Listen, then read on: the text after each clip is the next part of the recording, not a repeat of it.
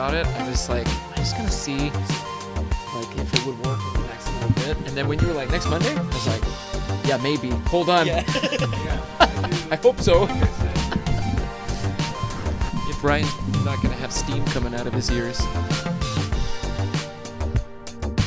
Hey. Hey. Hey. All right, we're good. That's a good spot. I like We can that do it. one. That's good right there. Check. Okay. Cool. Thanks, Blake. Yeah. That was awesome. Yeah, for no, having me. Usually I do the deep dive, and it requires 2 weeks or so to like buy the books, read up until the album we're doing, because it's usually pretty early. Like in the Donna Summer was 4 books, but it was only like in You one needed, book like, it was the- only 4 I was chapters. gonna say the first few chapters Yeah. before you're Then caught the up other to where one, we it were was starting. the whole book, because it was the one that how they changed music, and it was all about just Donna Summer, and he ended at Gary Newman in the 80s, Oh yeah. but it was like No, it made me laugh because as soon as I reached out to Blake and he was like, I think I could do next Monday. We had just met that Monday and Correct, like had kind yeah. of our plan, and Ryan's like, oh, I got a lot of editing to do this week. So I texted him, I was like, or maybe instead of that. yeah. As long as I can get one done a week, which I can, it's just a Yeah. matter of editing is terrible. Yeah. Nobody likes to edit. nobody really Yeah. enjoys that process much. And it's too much to pay somebody to edit, so it's just do it. Especially since you can do it yourself. Like, you know you can. Yeah, it's like I can do it probably being the co-creator of the podcast. There's some like It's harder to leadership communicate what ways? you want Yeah, to like- someone else sometimes than Yeah. just doing it yourself. Yeah, and goose. I feel like in Hey. that, especially in this medium, it's like Lay down. until somebody else has a Yeah. handle on what you're trying to do, you kind of have to do it yourself. Yeah. That's the story of an independent musician in general. And it's like anything that you're gonna have to. Yes, it's like until Yeah, totally. somebody else is like connected to the vision in some meaningful way. It's like, yeah, I'll do it. Yeah. I'll figure it out. Got to get that Polar Seltzer Sponsorship. dude. sponsorship Yeah. money. Yeah. Get in. Brought to you by Polar Seltzer. Yeah. I wish. Send us some Yeah. some ginger lime mule, please. Please. It's hard to find. Yeah. When I was picking those up this morning, there was like a family, and the kid was like, I was in the candy aisle, and they have the candy aisle with the cereal aisle, and so it's very, very, That's where the kids it's a very are bad hang aisle out. Yeah. to be in, even not just for kids, me too. But he was already balding. Like, he already had the circle here, and he had the, like, and I was just like, I let out an audible oof, and then I felt terrible. I felt terrible. Whoops. Yeah. And the dad was just like, he just pulled off his hat and went, yep. Same hairline. Same here, bro. Yeah. Yeah. He's like, just bald. Didn't stand a And chance. I was like, oh, sorry. Like, he was like, not a big deal.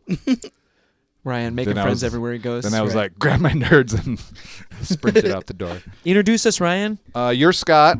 I am Scott. You Yeah. are Ryan. I'm Ryan. Right. Today we have Blake Braley, infamous, so famous he's infamous. Yeah, our good pal. I was trying to remember when we first. I think I met like you first at like the Bartlett, like doing Bartlett shows. And Super Sparkle. Well, yeah. Yeah. Because I kind of remember when you did your first like headline gig at the Bartlett. And I was still working doing production management there. And for people who are listening that may not have been around then, my family, we ran a little music club called the Bartlett over the east side of downtown Spokane for about 5 years. And it was a magical place. Yeah. Rest in peace. Yeah, seriously. There's a lot of really good memories and connections that came out of that place. But yeah, I remember those first, like, when you were first doing stuff with like your band under your name. Yeah. And it was like, oh, Uh-huh. I see where this is going. Yeah. So, and then, yeah, like doing lots of Super Sparkle shows together. And, appropriately, as we're going to talk about, like singing Prince songs together, Yeah. which was also magical. But my favorite was being able to, the green room at the Bartlett was directly backstage. You'd walk off through the curtains and kind of be in this little, green room space. So if the band was on stage, working there, or if you were one of the other bands or whatever, you'd kind of peek through the curtains and watch, And if you peeked through the curtains and you watched Blake, you'd just see Blake's buns moving because he had moves. Yeah. Yeah. Yeah, that was predated the keyboard Bork too. Whoa. Yeah. Yeah. Yeah. Well, or at least, because you were standing, Mm-hmm. and that was like part of the Part of the whole thing. Yeah. And I'd play guitar too most of the Cool. time. Yeah. Good thing you don't do that anymore. I know, right? Yeah. Well, this is your dad's record collection. This is an 80s album retrospective podcast where we take a look at a classic 80s record. We break it down over the course of the episode, talk Do a about little the history of the the context. artist. Yeah.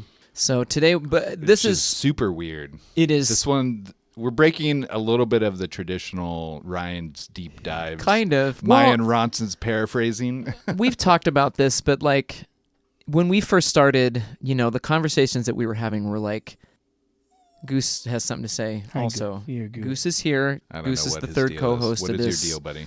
of this pod. He just really likes you, apparently. Heat pad's good for a minute, but not as good as butt scratches Whoa, and heat pad. Wow. The conversation was like You wanna come over here? kind of inevitably when you get to like these really big totemic artists and albums that you're going to talk about, like those are going to be the ones that in some ways I think you'd think they'd be easier to tackle because it's like, oh, these, you've probably listened to them like 100 times, but it's like, no, it's way harder to talk about like these albums that people are, they kind of exist in the collective consciousness at this point because you have to kind of find a way to make it like an experience, like listening to somebody discuss it from a fresh perspective or like, and then sometimes it's like with somebody like, we're going to be talking today about Prince. It's just such a hard like life to try to condense into any meaningful like short amount of time where you're like, this is who Prince was and this is why he did the things that he did, Yeah. and so that's what Ryan was like, I don't think I want to do that at all. Yeah. Mostly just I want to respect the person who Prince is, and he was he was always just about, you say this about me, I'm the opposite of that. Yeah. You don't know who I am. I'm more than that. Yeah. He And definitely so- didn't like authority. Listening, so my sources list, 1, 2, 3, 4, 5, 6, 7, 8, 9, 10, 11, like I have like 12 sources lists. I and only had a week. I couldn't do any. it's a lot, dude. It was a lot. And but the more I got into it, the more I was just like, I don't know if in awe, but just like I just want to respect who he was and who he is, because he lives on more than just like, because if you want to go like, oh, I want the down and dirty, the X plus Y equals this is Prince, then go read Touré's books. Like, he was amazing. He played basketball with Prince. And go read Neil Carlin's book. Go read Matt Thorne's book. Go read the other person's book, Ronan Rowe. Like, they all like kind of tried to figure Prince out, and they interviewed everybody. And the more I'm listening to Prince's words and the stories about Prince, I'm like, okay, there's a mythology there and a legend that's just Goose, you're terrible today. There's a mythology. Keep Yeah, there's just like a legend of Prince, and that's what I think he wanted. I think so too. Right? Like, yeah. Like, yeah, we can go figure out about his childhood and his abuses, but that doesn't mean that's who he was. Yeah. And Well, he didn't want to be that to be. he who didn't was. want to It be. was like, He doesn't want to be known as. And even me saying that, I have trepidation of me just going like you didn't want to be known this. It's like I know. Yeah. Yeah. Like, I don't know. Yeah. My hope is that we, at the end of this podcast, Prince could listen to it and be like, all right, they're cool. Well, yeah, it makes me think of not like necessarily like yeah. he'd want us to tour, or like It makes me think of But- there was like right after the recent like Bob Dylan biopic came out, right? Somebody interviewed With Bob Shimmy Dylan. Shmama Shmay? Yes, with exactly Shimmy Chalamet. okay. Somebody asked Bob Dylan, what he thought about it, and he was like, "Yeah, I think he played a version of me, Yeah. Yeah. And that was like the perfect encapsulation of the fact that like somebody like that, trying to cut even a slice out of their life and like dramatize it is like, Mm-hmm.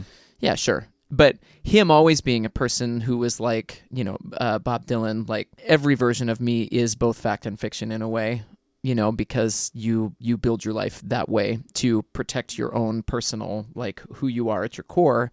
And I think Prince is very similar in that allows the almost like the artistic creative spirit then to be protected, because it's like nobody truly knows all of like it's like you kind of keep the source of your power to yourself. Yeah. You know, and like nobody gets all of that, you know. It's ultimate cosmic power. Yeah, exactly. To himself. Right? Yeah, it's yeah. like, yeah.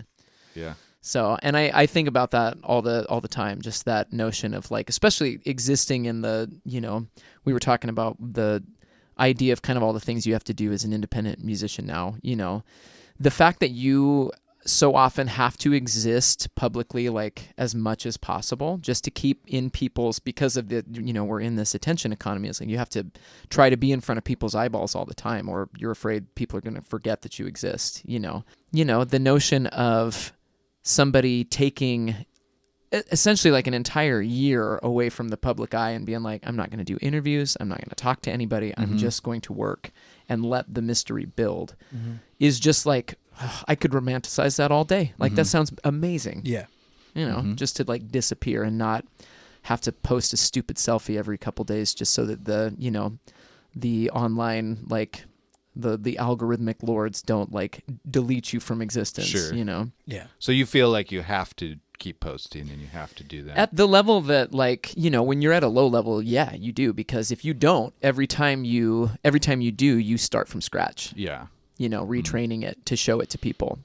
And so even if you've got, you know, a decent base of followers, like if you're not posting, people don't see it. Yeah. And so like it sounds amazing to just disappear for a while and work and not have to do any of that and like let people speculate about what you might be creating, you know. So what if you just did that? I have. Yeah, and nothing happened. It didn't have the same effect that we're going to discuss. Okay. But you know, I also because we're in a it's a very different level. It'd be very different if you had the backing of Warner Brothers to spend $800,000 on your first album too. Yeah. And if I'd spent a few years performing in Which just my was- bikini briefs, Which you know, was like that might also, 700,000. Yeah. you know what I mean? Yeah. So, That'd be pretty cool. yeah. Yeah. Maybe I'll try it now. Okay. Yeah. That's what I'm saying. It's 41 is the time to Yes. give it a that's shot. what I'm saying. Yeah. So, Blake, like, what's your, you know, because obviously when we were talking about this album coming up, part of why we wanted to do it was because and by the time this comes out, it will have been out for a little while, but like you just released a cover of like one of your favorite Prince songs. Yep. So it was like an obvious thing, we should ask Blake to come talk about this. What's your like early connection to Prince? Like what was your way in? I was thinking about that. You like texted us the thing. I think the first thing that came to my mind was like the first time I remember hearing a Prince song, I was driving to baseball practice with my dad in the valley in his blue F-150, and Prince just came on the radio. And I'd never heard it before, and my dad got stoked. Like he was so excited. Like, and my dad's he likes music a lot, and it's like I think that's kind of where I get it from. And I remember specifically him telling me about it was "Kiss" by Prince, and he started talking. Before the song like even really got going, he was like talking to me about Prince. Okay, this is Prince. He is a guy, but he kind of looks like a girl, and you would think he's gay, but he's not gay, and all this stuff, and like he dresses like feminine, but he's like really cool, and he's got a really high voice, and he's really good. You should listen to him. I'm like, okay, cool. And that was kind of it. And I heard probably a couple more tunes throughout my childhood of Prince, but I didn't really get into him until like right before he passed in 2016. I was in music school at the Falls, and I can't remember what or why. I just was like digging into, I was like becoming a musician or trying to become a musician, and I was taking lessons with Joe Brash. I think we tried to learn like "Wanna Be Your Lover," or I tried to learn "Wanna Be Your Lover," and from that point, he kind of was just like, yeah, you should just like, if you like Prince, you should start just digging into that whole first album. And that's what I did. And then a couple months later, he had passed away. And then I got even more obsessed with him. Yeah. There's something wild about kind of discovering an artist's like discography right before they're like are gone. Yeah. Because it almost makes it feel suddenly they've like graduated to like eternal legend status, I don't know, you feel like you're on hallowed ground every time you're kind of discovering a new part of their, career or whatever, you know, and listening to something you haven't heard before. I was looking it up because I wanted to show you guys this picture of the rave Unto the Joy Fantastic. Yeah. Yes. That was in high school. Like that came out when I was in high school. And it was like, what kind of Fifth Element, like sci-fi nerd, like what is this? And I was like, I can't listen. I was like, this is not cool.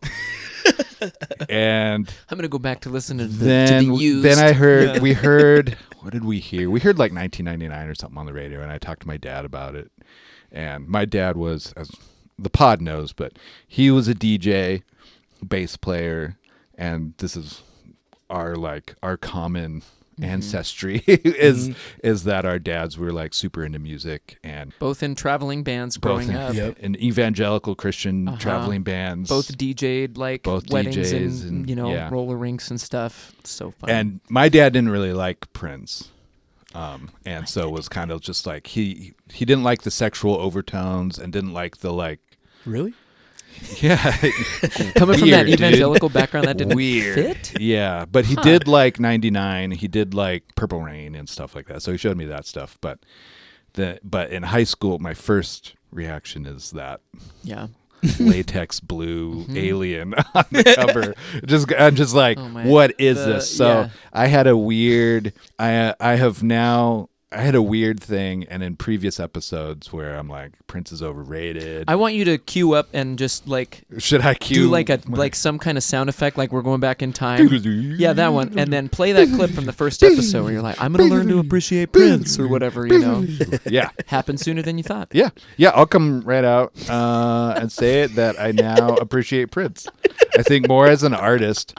I do have a caveat. We can talk at the end and like legacy or whatever, but yeah, it's come full circle, and now it's like I think I have a greater respect for him as an artist, so much so that we're not going to go in the deep dive linear. I think we'll just talk about this album and any stories that come up, the legends that is all of that is just it's that funny just adds to the hearing mystique like you're kind of that same thing, because growing up, like Prince wasn't one of my dad's guys either. I was familiar. The funny thing is, I think the first time I like was wondering who Prince was just because his name was on the Batman soundtrack when I was like 4 or 5 years old, and I was like, well, I was obsessed with Batman, so like, of course, is this cool too? And basically at the time I was like, no, I just wanted the Danny Elfman music. Like I didn't care about Prince. But then like what was funny is going like through the Y2K thing. Yeah. That year of 1999, that song just started charting again, and everybody started playing. It was real like gimmicky, but like it was on the radio all the time. That was the first time I really knew like that was a Prince like song. Right. And then, he was always this weird mystery with like when he changed his name to just a symbol for a while. And of course I had no idea that had to do with like him fighting copyright stuff. It was just like, oh, what a weirdo, like that's weird and cool. But like my first... That was my thing too. Like... asking my dad about that and him just kind of rolling his eyes and going, he's a weirdo. Yeah. And not ever exploring like, oh, his whole point is who is the artist? And, is the artist Prince or is the artist the physical embodiment right. of what is Prince stands for a brand, and all the music? Or like, is it like, and so even if he changes name to an unpronounceable symbol, he still is Prince, and his point is like, me as a person, not the industry, and not my dictate, LLC, and not my S Corp, and not Prince Holdings Limited in the Bahamas. Right. Like I personally own them. So as a person, the and first as a full time, embodiment of an artist. The first time somebody really though introduced me to like early Prince, like hard funk Prince, was this guy that I met I was like right out of college, maybe 2 years out of college, and I was working at a Barnes & Noble in Glendora, California. I'm not going to name this guy's name, cool. but he met I can me. bleep it out too. Tell us. Yeah, you're going to have to. I won't bleep it out. Yeah. Okay, I am going to tell this whole story on mic just because it's one of the weirder things that happened to me in my early attempts to do anything in music. But we met because I worked in the media part of the store. So he would come in looking for records and movies, and we'd talk. And then he found out I was a musician, which, as you guys know, when you're working a different job and somebody finds out you're a musician, that's the most terrifying thing that can happen to you. Because you just never know what the next thing is going to be, And so this guy started asking me, well, are you any good? And I was like, yeah, I think so. I don't know, Yeah. I'm 23 years old. And so at some point he asked me well, do you have any recordings of your stuff? And of course I was dumb enough to be sure, so I bring a CD next time I'm working and give it to him. He listens to it and comes back and he's like, yeah, it's not bad, and then gets weirdly critical of stuff, but he's like, but there's some cool ideas in there. And then he's like, hey, I'm trying to build this little studio at my house. Would you ever want to come co-write with me on some songs? And I was like, I don't know, but I kind of think about it, and I'm like, never go to a third location. That's right. That's right. So I agree to do it, and I kind of start to learn more about this guy was kind of in the 90s, had a record deal. He was playing in the studio with different people. He worked with the Red Hot Chili Peppers, so he did have some legitimacy at some point. And then came drug problems. Sure. Where he was in jail for a while, and then he told me about a whole period of time where he was deeply in debt and was doing crazy sex work to get out of it. And I was like, wow, man, this is TMI a this little needs bit. a behind the music episode, you know. But we started writing some songs because he really made it sound like he still had some industry contacts, and he was trying to kind of, so we were going to write stuff to pitch to publishers or whatever. And so we did this for a few months, but he was obsessed with Prince. And I think it was because he saw himself as sort of a multi-instrumentalist, even though he kind of sucked at everything but the piano. But he loved that in the early days that was Prince's whole thing. It was played everything. So he introduced me to Party Up for the first time. And when I heard that song, I was like, oh, I really want to listen to all of this kind of stuff. Yeah. The rest of this story is that this guy, he lived in this house with his wife and son. He was really I'm trying to turn my life around and make a go at, being a, better person. But was always, he, having had felony drug charges, was not supposed to own a weapon, firearm. Sure. He had bought a gun, I'm putting this in quotes, for his son that was in their house, but it was for his son. I get ghosted by him for a while, and around this time I was kind of I think I need to get out of this. It's gotten weird, nothing's happening. Yeah. We'd written some songs, but nothing is going on, and I'm just I don't want to, but I don't know how to tell him I need to move on with my life. And then I don't hear from him for a while, and I'm like, well, maybe the problem kind of solved itself. Yeah. Yeah, because he was in jail. Well, so apparently at some neighborhood function, he and his neighbor were both drunk. His neighbor's big dog comes over and attacks his little dog. He goes in the house and brings the gun out and brandishes it around, get off my property, take your dog, whatever. Well, that guy goes and calls the cops, and take him away. Yeah. So then when I do finally justified. when I do finally hear from him, he calls me and tells me what's going on. Then he asked me if I have any money that I can loan him for his legal stuff. And of course I'm 23. You met me working at Barnes & Noble. Yeah. What money do you my think I Barnes have? & Noble money? Yeah. And he's like, isn't your wife a teacher? Doesn't she have money? And I'm just what do you mean, bro? So then the second thing he asked me is if I would be willing, my wife and I, to move into his house with his wife and son while he's in prison getting this figured out to help them pay their mortgage and stuff. And I was like, gosh. No. Absolutely. What are you what are you talking about? Yeah. There's no way. And then he just reamed me. He was like, "You're such a fake friend. You've never cared about it's your me." fault that it, Yeah, all his problems. I have these issues, and you know that's that. nuts. And I think he went after me, especially at the time. He knew I worked at a church, so he's like, "You're just a fake Christian. You wouldn't throw a life preserver to a drowning man." All this stuff. Oh my god. So anyway, then we didn't speak again after that. He'd email me occasionally, and I'd just delete it. But I'd had nightmares for a while about him, coming after my family. Yeah. And so it's just funny. That's my association with. But hey, he gave me early gave you Prince, Prince, so early Prince, he connected me to things that. The gem of the Yeah. story. Yeah. Brought it around. And he helped you out with maybe your first narcissistic encounter. Learning a lot about like what the music business does to people. Yeah. We did write one. It was a country song that I wish I still had a demo of this song, because I think if it had landed in the right hands, we could have made a boatload of money off of this song. But he just was never satisfied with any of it. Like, we'd finish a song and he'd be like, I think we still need to keep working on it, you know? Boy. But I mean, it was such a good like country ballad, like first dance at your wedding song. If he thinks he's Prince, he needs to. Yeah. Oh dear, that's wild. Holy moly! It was a good time. Yeah.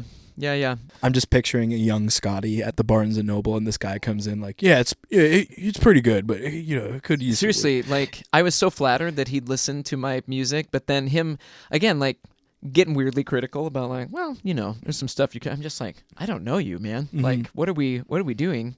And then I actually am still like Facebook friends with another guy that was around working with him at the time. Oh, no way. Sometimes we'll message and be like, hey, remember that? Remember that guy? Like, you know. That's amazing. Well, Prince would never. No. He would never. He would never. One of my favorite quotes about Prince that I ever read, I think it was in one of those Pitchfork like Sunday reviews. I think they were doing one of his albums is where I heard it. But they were just talking about in the early 80s, whenever Prince would come on MTV, it was kind of like you were getting a broadcast from a dimension where it was always 3:00 in the morning. Everything's draped in velvet, you know, and it just was like a space alien, you know, doing all of these things. It just, even the sort of like, you know, what as we're going to talk about, like, even though it was all rooted in the like late 70s like funk and little bits of disco and like those kinds of things, Prince's albums always still felt like they were about 2 years ahead of like the sounds everybody was going to start using. Yeah. And so like even you know, as we were getting ready to do this, like I was going back and listening to the first couple of albums, you know. Yeah, I did a complete Yeah. listen through. It's And nuts. like the synth sounds and stuff that are on, especially that first album on the debut, are just like nobody's doing this in 78. You know, like nobody's making music that sounds like this. And like you can hear the grooves and stuff that other artists are kind of like, again, it's like, you know, very rooted in, but it just always felt like, you know, pushing things further than other people had done. Yeah. That to me, listening through, because I also was listening through like the deluxe, the reissue of 1999 that had all the you know, B-sides, the 4 and track alternate or takes. the Yeah, the 4 CD, like 4 CDs. oh my gosh, yeah. That's nuts. And you just hear all over it, like, I think especially at the time, somebody that was really just obsessed with continuing to like find new sounds. Yeah. Evolve. Yeah. Yeah. Yeah. Always evolving. Yeah. Which is really interesting when listening to Peggy McCreary and Susan Rogers, his engineers from 78 to 83 was Peggy, and then like 84 was Susan into 83 into Purple Rain, and then 87 when he built Paisley Park. They would set up guitar, bass, drums, keys, all the same instruments every time, always tuned. Same Telecaster, off-brand Telecaster, same Roland pedals to the same settings every time. Mesa Boogie amp to the same settings every time. He had to have that constraint almost for him to create new stuff with that constraint. Does that make sense? Yeah. Yeah. Yeah. My favorite is like Susan lists off, it's the Boss Flange. It's all just Roland Boss pedals. Yeah. I'm just the Boss I'm just chorus. like, Yeah. yes. Yeah. The flanger, Or the Brigade chorus, the overdrive, Yep. you know, like the Yep. 4 or 5 that he had. It's all just Boss pedals. And those are sweet pedals, Yeah, to be turns honest. out. Yeah. It was good enough for Prince. That should be like everybody's, like when you're building a pedal board. You know what I mean? Yeah. Like that should be the motto. Yeah. Yeah. I mean, Just have his like pedal board. Yeah. I almost got into a fight with a friend of mine who, you know, was who's a guitarist who, like, right around the time Prince died, was like, I'm going to be a contrarian and just tell you I think Prince's guitar tone sucks. And I was like, you know, Those fighting words yeah, for sure. I like could not have gotten me hotter. Let me go quicker. get my gloves to Yeah. put them on so I can take them off and slap you with them. Did you guys hear How dare you, So we can duel. that Eric Clapton quote? Somebody's, how does it feel to be the best guitar player in the world? And he goes, I don't know, ask Prince. Yeah. Yeah. That happens. That quote goes around And I never know if it's quite true because supposedly who Jimi Hendrix said it about Phil Keaggy and Somebody said it about Andy Summers. So it's that quote's great. always Beck. going around somewhere. But yeah, I saw that somewhere on a thing too, so it might be true. The funny thing You though know? is I feel like if somebody actually asked Eric Clapton that, he'd be like, "It feels pretty good." Yeah, it feels pretty cool. You want to go ride in my helicopter? It's like, do you know who spray painted Clapton as God on that building? I did. It was me. That's the secret. Here, Stevie, take my helicopter. Yeah, exactly. Oh.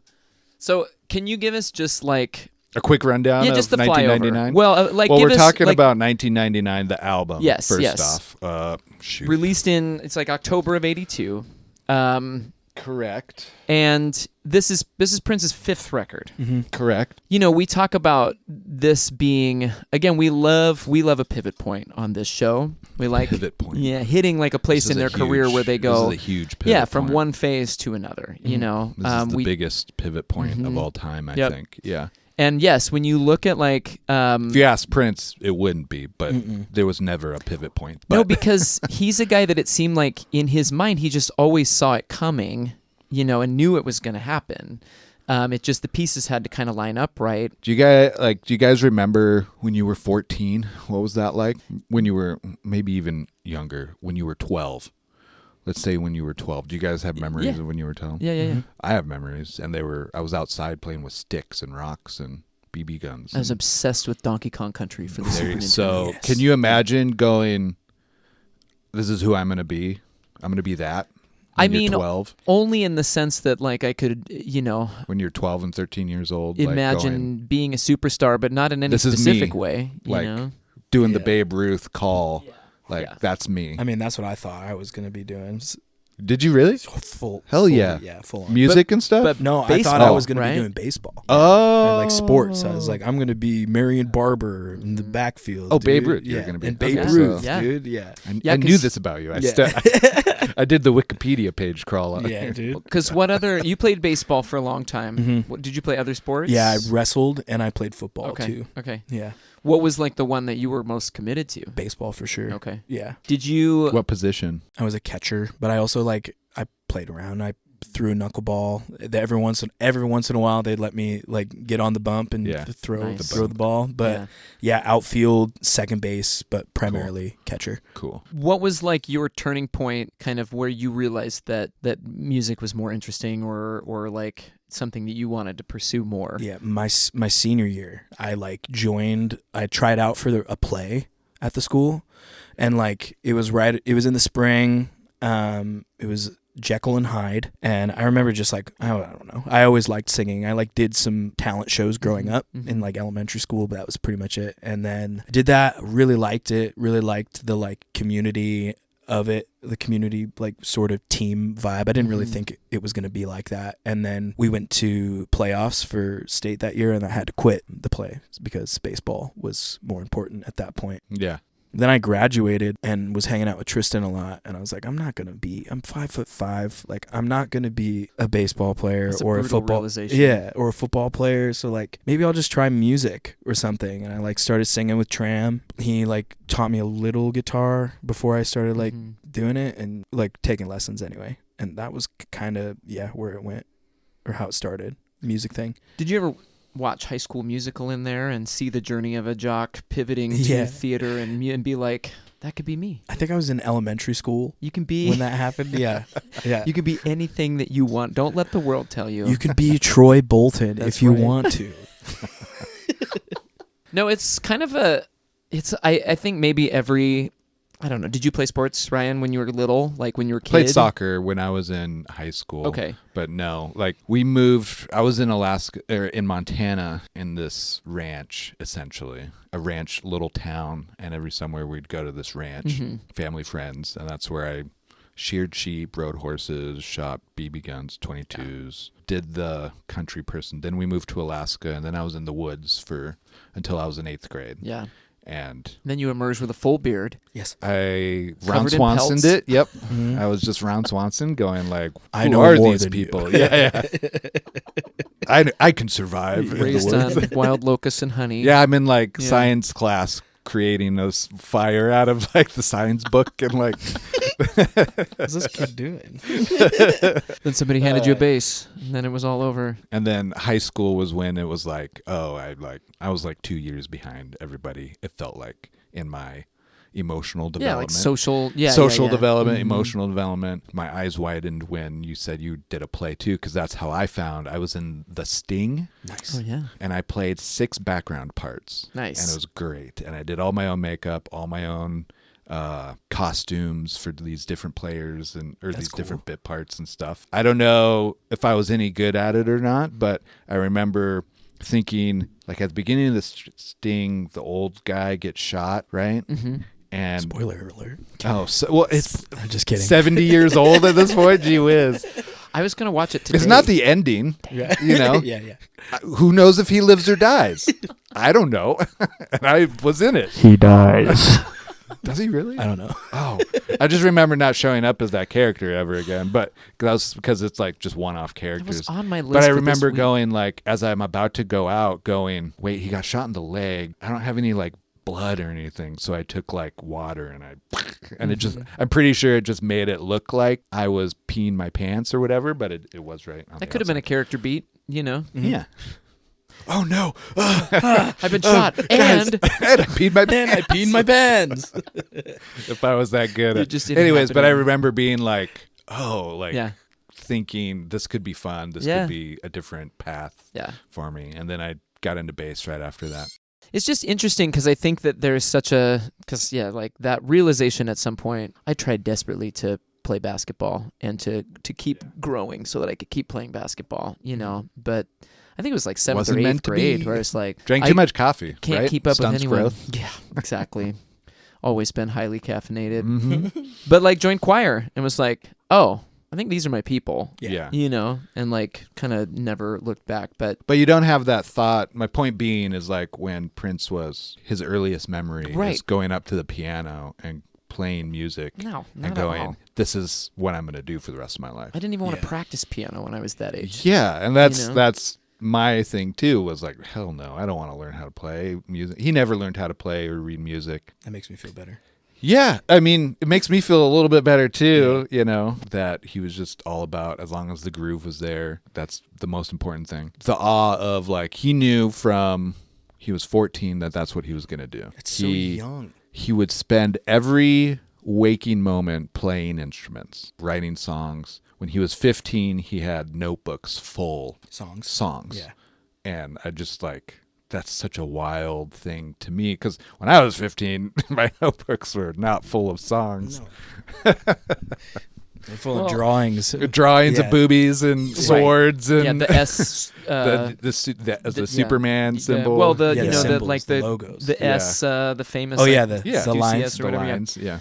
I just think it's. I mean, obviously, like both his parents were musicians, so like Yeah. he had His dad is, I would describe him as a experimental jazz musician. right. So if jazz is already experimental to you, take that 2 or 3 steps in the experiment and you get something that people go, oh, what is he playing? Yeah. Yeah. He's And like, then I he'd don't play like it this. again and it's like, oh, he's actually a good musician. yeah, like yeah. oh, you could do that twice. Yeah. Yeah, and his mom was a singer.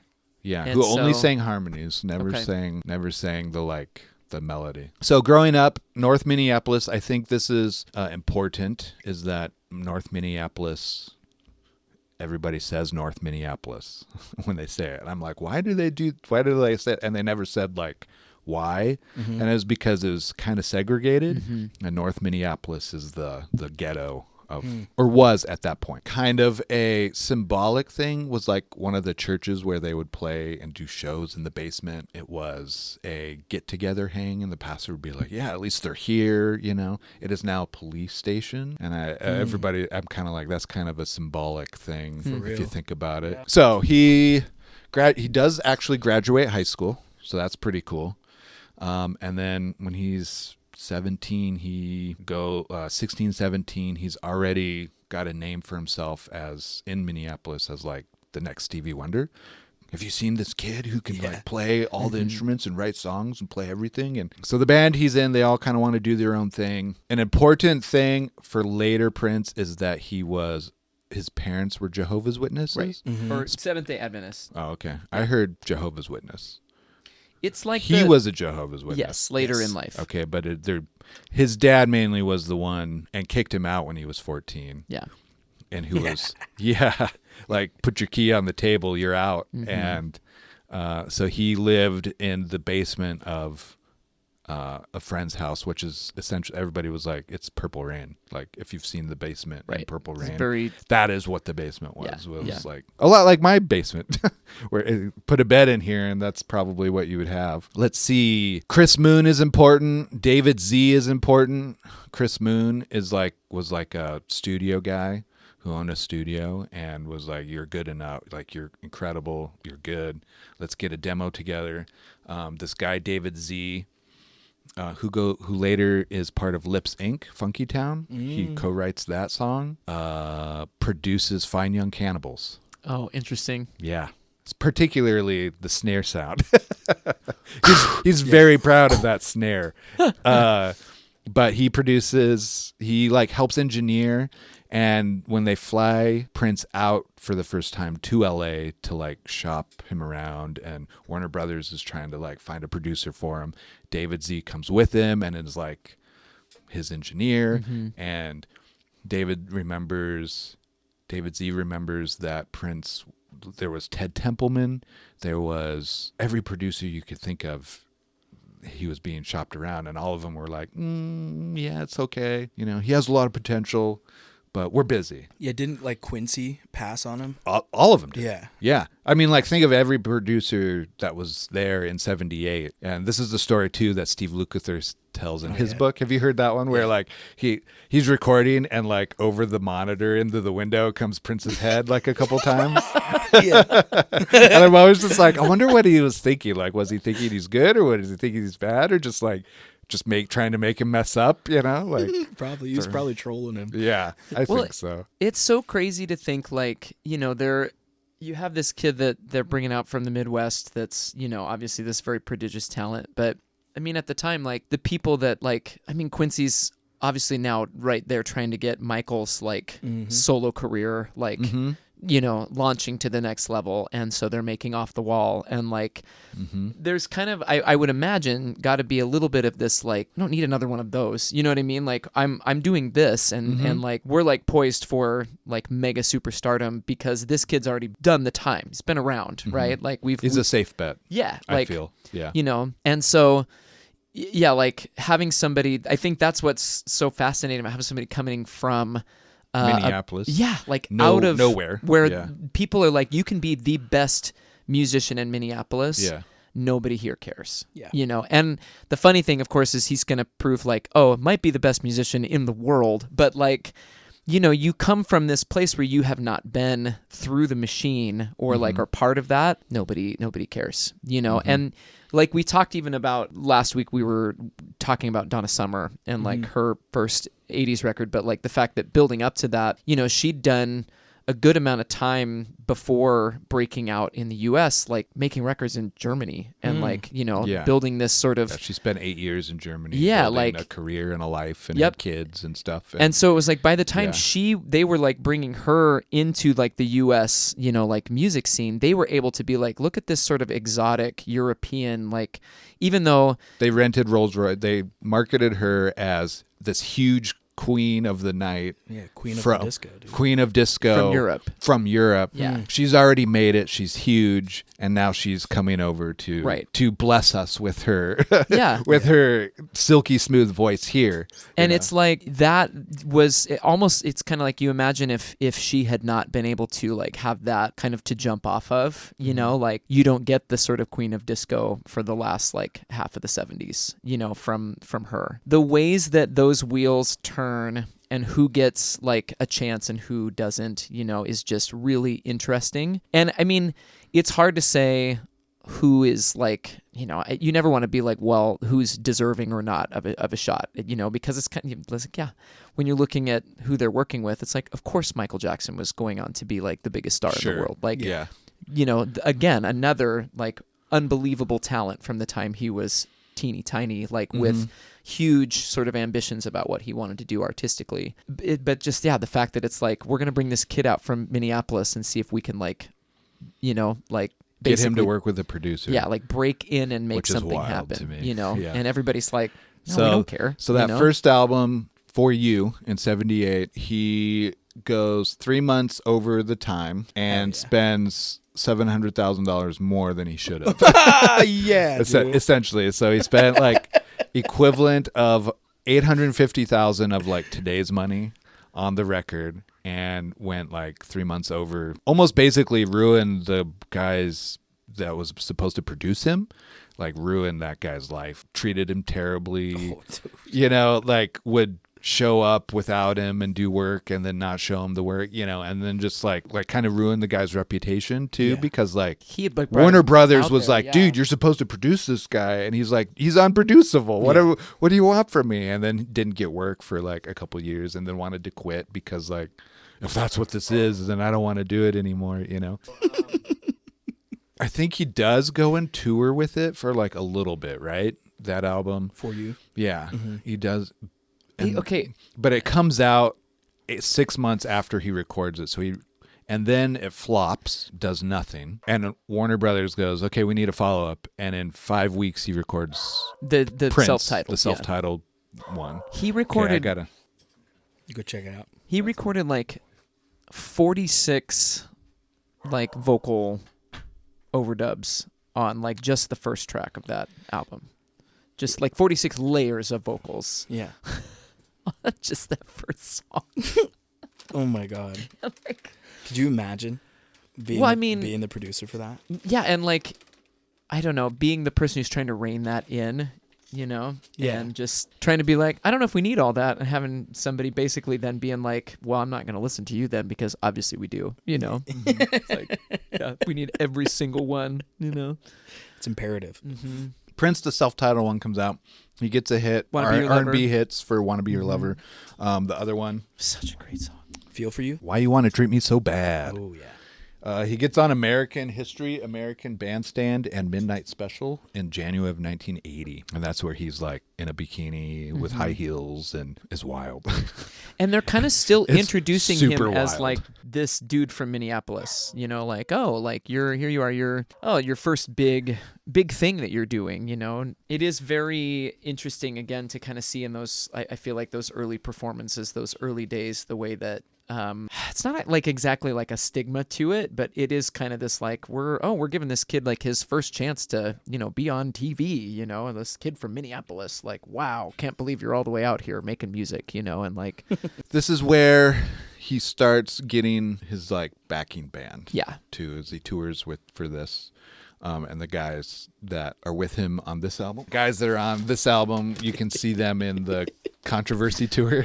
My Goose. He's Today trying to. is He just- wants the Nerds gummy clusters, man. You are not behaving today. Come here, Goose. Go. Come lay sit down. down on your This is thing. where we go to an ad break for Nerds gummy clusters. Yeah. Get Thank you, that nerds. money. But he made some money. I don't know if he paid back Warner Brothers with it all, but he made enough money that they were able to be like, okay, you can do it. He self-produced everything.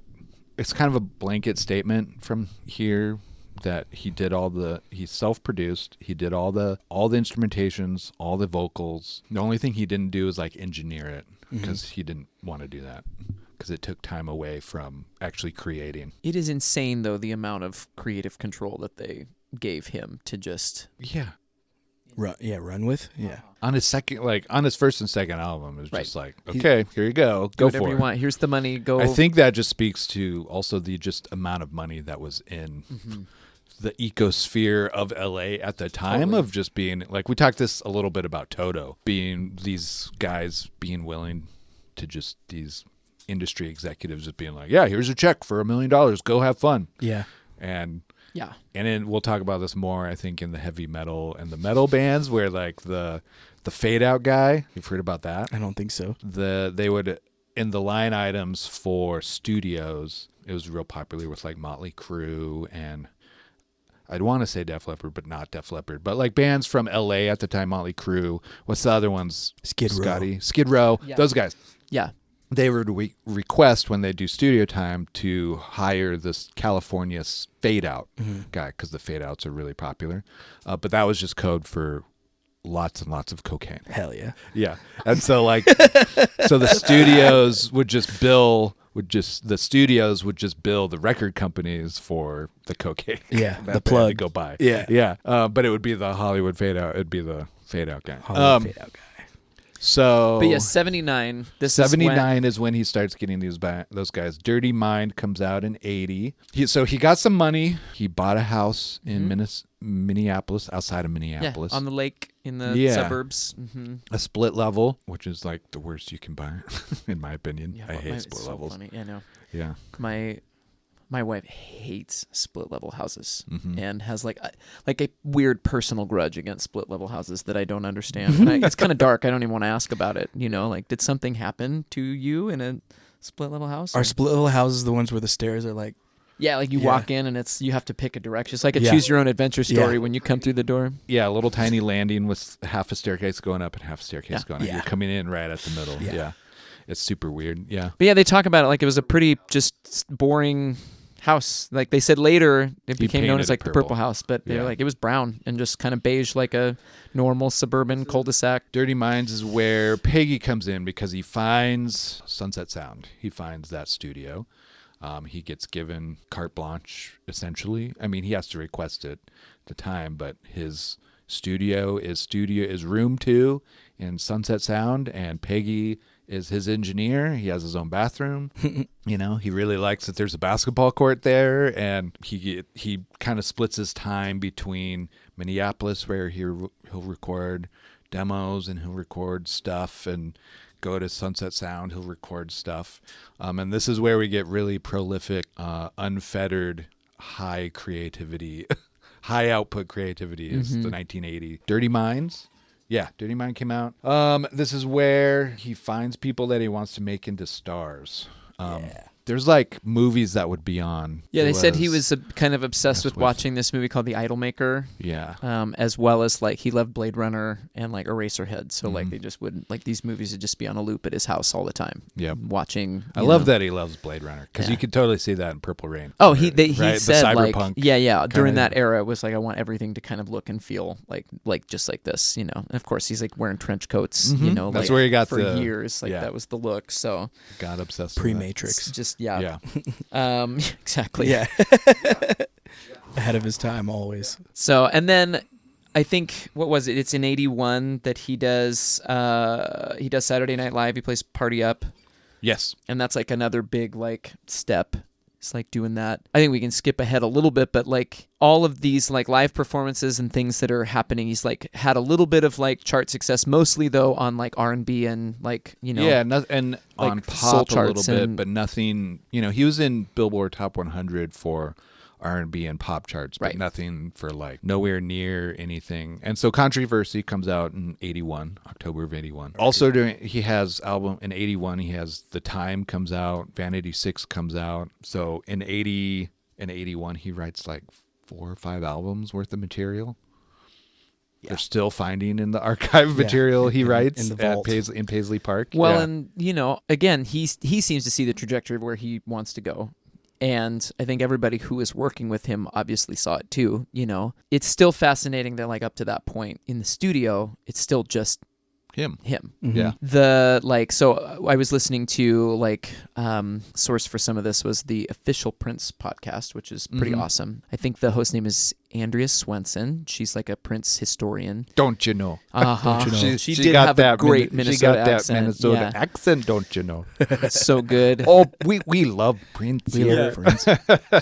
But she was, like detailing what's leading up to like the 1999 and like this period of like creative just like explosion, is that the band that she talks like when she's interviewing them, they still talk about like they were still playing what was essentially just the evolved like Chitlin circuit. Like they're playing, even though they're playing big, arenas and like places that fill, they're like it's black audiences almost exclusively. Yeah. And people that like to come and dance and like it's that kind of music, the kind that through the decades gets relabeled from R&B to, rock and roll to, urban to hip. It's like whatever label can be thrown on it to basically mean music that black people like. Yep. That's who they're still playing to. And so they, talk a lot about it was big. Okay, so we'll pivot into this, but the big turning point is they get asked to open for the Rolling Stones. Yeah. At this big show in LA. They were on the bill with on paper, I've heard that thrown around a couple times, that on paper it seems like it would be a really cool show. And I'm like, would it? They said the next two bands are George Thorogood and the Destroyers. Yeah. And the Jay Giles Band. Never heard of them, by the way. Yeah, me either. Centerfold was their big hit. Within the next couple years of, I think 80 actually is when that song is huge. They had it was my centerfold. Yep. That one, yeah. Jay Giles. Even on paper, to me, that's No. what on paper makes sense is that, it's 100,000 person capacity and it's going to be sold out. Mm-hmm. Well, that makes sense to me why you would do that. But here's the thing. It was the Stones that personally wanted Prince. Yeah, that's true. Because Mick Jagger was a fan. Oh, yeah. Yeah. And they had done a show, apparently, I think the year before in New York, that like all of these big music industry Everybody people Loves You in New York. That's where that song came from. So they talk about like David Bowie was there, Mick Jagger was there, like all of these people are there watching Prince perform and going like, this is kind of the heir apparent to all the things that we were doing, and like you can see it and we want to help make that happen. Sure. So it's kind of like Mick Jagger was really the big like proponent of getting Prince to open. Yeah. Keith Richards didn't like Prince though, which is funny because Keith Richards doesn't like anybody who can play guitar. Yeah. That's Keith Richards. Can he play guitar? That's the question. I don't think so. I don't But think so either, Don't ask Tristan that though.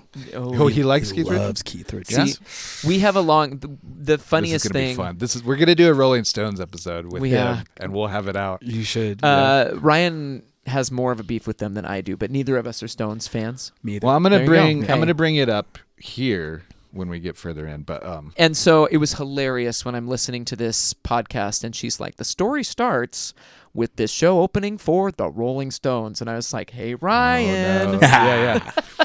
Okay, so in 1969, the Rolling Stones put this concert on. It's the free concert Altamont. Have you heard of that? Concert Altamont. Okay. It's kind of infamous because they have this idea in their coke and alcohol addled mind, and heroin, I think actually was the one at the time, but their addled mind and European art house art, they came from art college, art school, rich kids' mind that, you know what would be badass is if we had the Hells Angels do our security. At this concert, they don't go on forever. People get mad. Eventually, the Angels kill a dude. There's riots. It's pretty like infamous. It's Yeah, pretty like, infamous. if you go It's read about it, 300,000 it is- people. The concert Altamont is nuts. There's It a is whole a nuts documentary story. on it. It's wild. Yeah. Okay, thanks for this. And this isn't where my issue starts with the Rolling Stones. But in 1980, let's just think about that. So what is that? 12 years? Yeah, something 11, 12 years later. 11 years later. They're still having the Hells Angels do security at this concert that Prince is going to be at. They're still just like in their random ass mind, like, yeah, we'll play to 100,000 people. We'll be good. We'll have all these people. I like this sexy new dude. He's pushing the boundaries. He's trying to do what we were doing back in the day. Really? Not really, but yeah, let's have him on. Like, in what way is that a good idea at all? And the fact that that doesn't make sense to me at all. But yeah, like the band members like talking about this show and discussing the fact that they're like, we came in expecting, the Stones came up during the counterculture days. So like you expect those are the fans that are going to be at this thing. Not the like Hells Angels are still their security. Like this is like white rock fans who, and tying into what we talked about last week, like this huge pushback that's happening against like disco music and anything that even smacked of disco or funk or black music at all. They did not want that invading white rock radio in any way. yeah, there was the disco record Yep. thing in Chicago. That was last episode, but We talked about how this radio DJ hated disco so much that he destroyed the Chicago White Sox. and the current owners are still ostracized to this day. It's just insane. Or the current owners at the time Yeah, the had to ones that- sell the White Sox, and they're still ostracized from the baseball community to this day It's because such of a it. wild. It's a wild ride. My point being is that, like, okay, Prince goes up, he's 3 songs into it, and people hate it. Within 2 minutes of the first songs, people are throwing chickens at him. People are throwing grapefruits. He gets hit in the Empty first alcohol bottles. And bottles of alcohol. He gets hit. The big thing is they're 3 songs in, halfway done with their 3rd song. Prince gets hit with like a quarter or $1, like a huge coin, and is like, nope, I'm out, and nopes out, and just gets on, goes to the airport, gets on a plane, flies home to Minneapolis, and the band is like, wait, where'd Prince go? Yeah. And then they like finish the song, and then the band leader called it, and the bass player, and I'm like, this is a classic bass player, is like a big grapefruit hit his bass, and it detunes it, and he's trying to tune, and he's trying to like hear himself, and over the booze and stuff, and he looks up, and like the whole band is gone, and I'm like, classic. Nobody told the bass player anything. He'll get it. He'll know. Yeah. Oh, sorry. yeah. Yeah. And You stop playing. Yeah. so then the story goes that here's 2 things that I find interesting about this story. In some story, Mick Jagger calls him personally, and he may well have. That's the account that I heard. But Prince says that Mick Jagger did not call him. Interesting. It's his tour manager that calls him. Well, I heard both people called him, and But Prince neither could convince him. No, it was his tour manager who was like finally, Well, and it was his guitarist. and his guitarist when Called they him, sat yeah. and talked about it. Prince says Mick didn't call him. Interesting. And That's said, funny. And Mick says, yeah, I called him. And so I called him. What they It's like, finally, not funny. yeah, Funny. what finally Diet convinced Coke. him was like, you can't let these people win. You have to go out and show it. Like Yeah. we have to hold the line and show what we're made of. Or you'll And just never be able to. you'll never to get.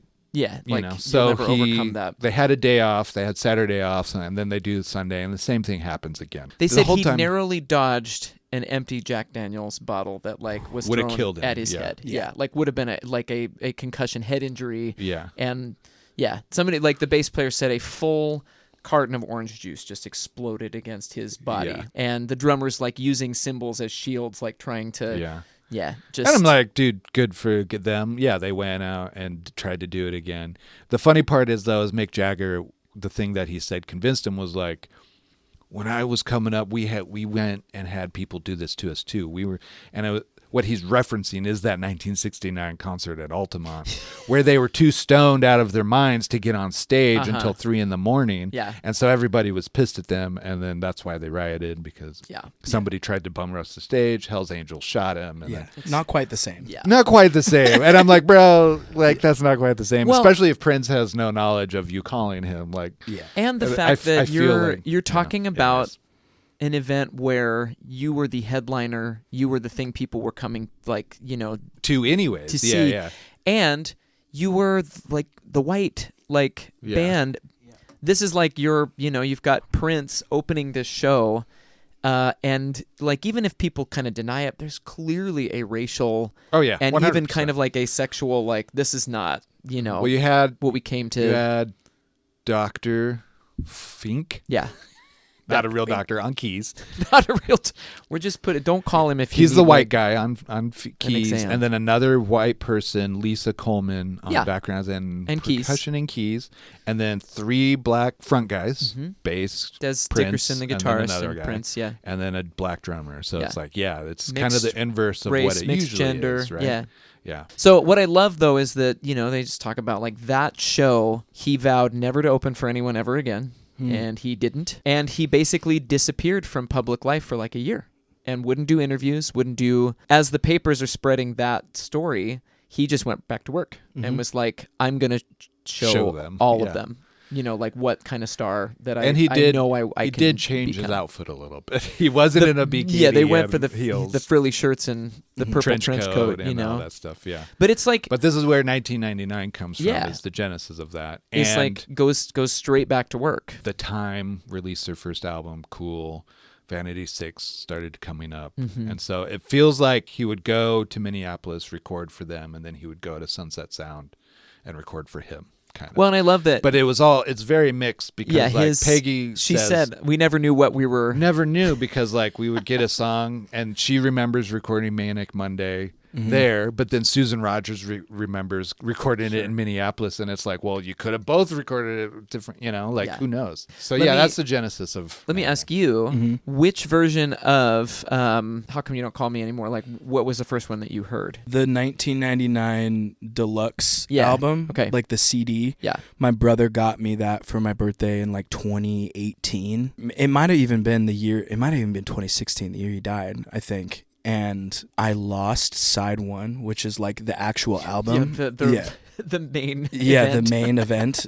But then the disc 2 was like, I have it in my car right now. It's like all the B-sides, all the like there's demos and like different versions of like Little Red Corvette and all this stuff, and like I think that was the first version I heard of it. So just the him and the piano, just that's cool. It's interesting, like Peggy said when you're recording with him, she was like, you just, had to be careful, because she's like, a lot of artists would, okay, we're going to take a quick break. They'd go out, smoke. They'd sometimes goof around at the piano and one of the whatever, but you didn't have to sit and pay attention. It's like with Prince, you always wanted to be paying attention, because sometimes he'd sit at the piano. If you weren't recording, you'd miss some unbelievable take that he would do that he'd never come back and do again, And so she's like, that was one of those songs where he was just sitting at the piano playing and was like, all right, let's try and get a few takes of this, And she's like, just sitting there going, this song is unbelievable,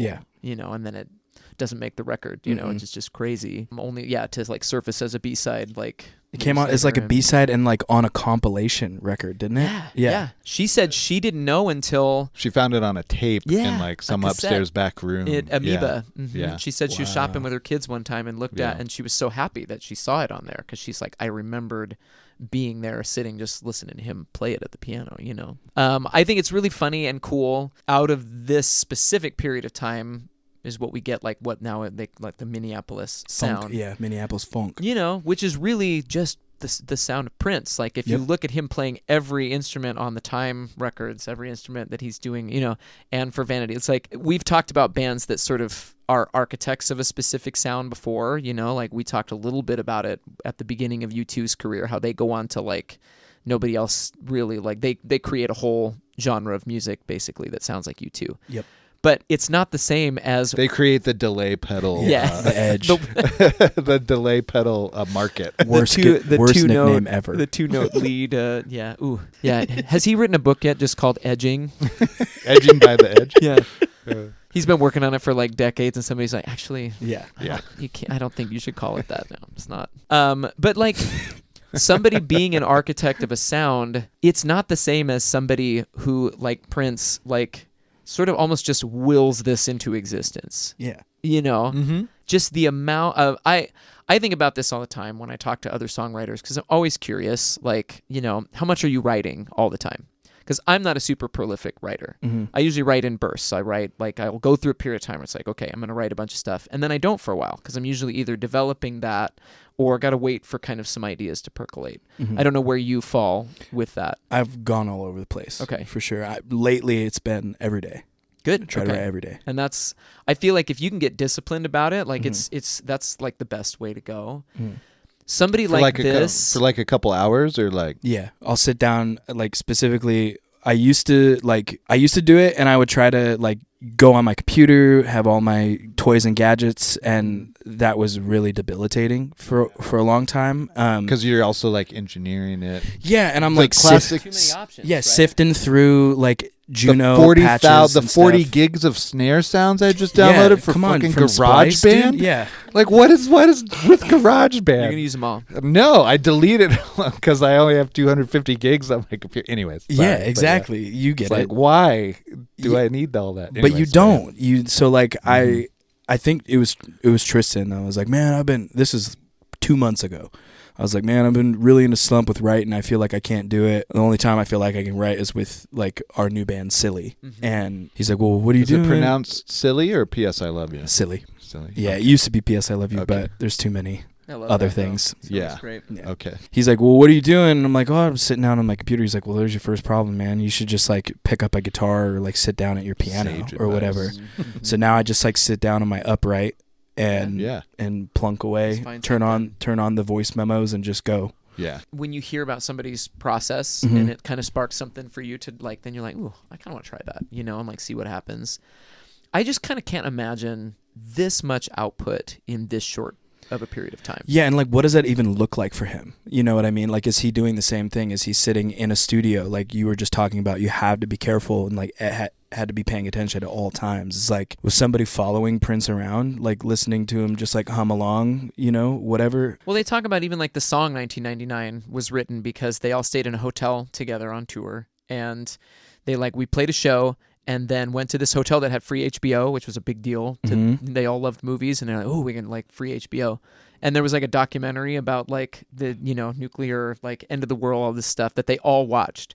And they're like, we all got together It the was next morning. Nostradamus. Yeah, it was right. That's right. Predicting 1999. Yeah, that was being a big the end name of in the the world. 90s. Yeah. Was this guy Nostradamus? Prognostication. you know. Yeah. So they said we all were talking about it the next day. That's going to be the metal band that we start. Yeah, and the spider web, like prognostication. It just sounds like a weird butt. But yeah, stuff, like Prince but- came back with a song. Like after he watched it, they were all just talking about, oh, wasn't that interesting? And he had written like most of that of 1999 after like watching the documentary, you know. Yeah. And I love that idea, like creatively looking for inspiration everywhere, and just like anything can kind of like be the germ of like something that could become, you know, a song. What I know that I'm not very good at is like finishing like bad songs. I'm not very good at it. And a lot of people say like you just have to write a bunch of bad things to get to the good thing. And for me, I'm always just like, if I end up abandoning something that I don't like, I just kind of take the pieces of it that I did like and use them somewhere else, you know? Recycle. Yeah, exactly. It's just like strip it for parts and kind of put the stuff I like somewhere else. And so that just the idea though, that you could have like where they're literally still digging up completed recordings and songs and things from this era. So is for just him, nuts. what Peggy and Susan report, and this is true because of the work orders, what they say would happen is he would come in, he'd put 10 to 15 sugar cubes in his coffee and then pour coffee over it. And then That's so much sugar. then he'd go to work, and they had to be prepared. Yeah, dude, he was a man after my own heart. Our drug of choice was sugar. Is sugar. I have a sweet tooth for sure, as Nerds. evidenced by the nerds. So he would come in and they would record for 8 to 10 hours, have a full completed song, all the instruments. He'd go to the bathroom, he'd take a break, he'd go play basketball, and he'd come back in and he'd go fresh tape. And they were like, what? Like Peggy would be mad, but Susan loved it. Susan Rogers is my favorite. You should definitely watch her Round Table with Drew, Sunset Sound interview. She's so eloquent, and he would go fresh tape, and then they'd have another 8 to 10 hours, and they'd have a finished song, and then he'd go sleep for a couple hours, and then they'd be back at 9 a.m. the next day, and it would be the same thing. They would regularly do 36 to 48 hours in the studio, and there'd be 3 or 4 songs done by the end of it, whether it's his, whether it's Vanities, or whether it's The Time, or, you know, other bands. Did you hear the story that he made Peggy work on her birthday, and she was really unhappy about it? She was kind of pouting all day, like, because they were in the studio all day, and at the end of the day, the song that they finished, he like wrote her name on tape. it, and threw it to her and was like, "Happy birthday, here's your gift." And she's like, the song they recorded, like, it never got released until... No, she has it. Yeah, but she she said... sold it. She had to sell it. She said she found it, though, on a compilation, like, years later, that it got released in kind of one of the vault, you know, like, releases. And she's like, so I didn't have an exclusive Prince song for my birthday anymore, but... Man. Susan Rogers talks about, because she's now a doctor of neuroscience, is she talks about how there's these gates in your brain when you're a creative person. Is the first gate is like you're creating, you're songwriting, and then you kind of close that gate and you go on to the producing of this project. And then you where go you're on refining to, and you kind of go along, and then you're refining it, and then there's the next gate of like you're releasing it, and then you start over. For Prince, those gates are broken, and for like high creative people like that, there's no, it's all just one through line. There's no gates. There's no process. Yeah, it's open road, baby. Yeah. And he just it just comes out of him. He's and got to then be at the end of- neurospicy, right? I mean, 100%. Yeah. like there's yeah. I mean, How shy he was and how Yeah. awkward he was and seemingly rude. I don't And think good at he was ping rude. pong. good at like the weirdest little things.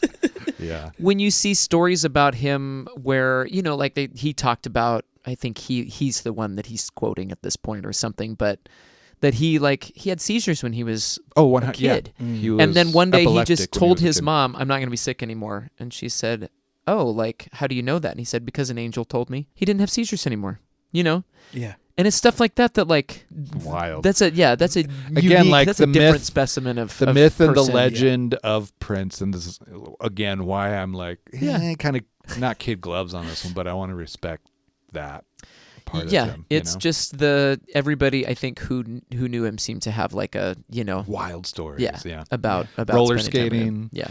Yeah, Mystical. Sean Roller Pattinson was telling me about how Prince is awesome Yeah, because he's yeah. he's our dude because I'm friends with the owner in Minneapolis who of like the skating. the stories yeah, and yeah, I'm yeah. like, dude, we should have you on the pod That and would you be tell amazing. these stories. Yeah. Because it's like secondhand removed. That's incredible. My screensaver for a very long time was Prince roller skating in fishnets with the Batman shirt on. Hell It's pretty yeah. incredible. Yeah, it's so good. It's the best. I think it's great that when you listen to 1999, you can hear the stuff we were talking about of it's obvious that he's very, very into the Lindrum sound. Oh, That's whole thing. becomes his whole thing. Except for one song. Yeah, right. It's Lady Cab Driver where there's like a real And the last one. Oh yeah, International Lover. Lover. That's right. Yeah. But yes, it's that's the sound Mhm. and all the the synth stuff. OB6.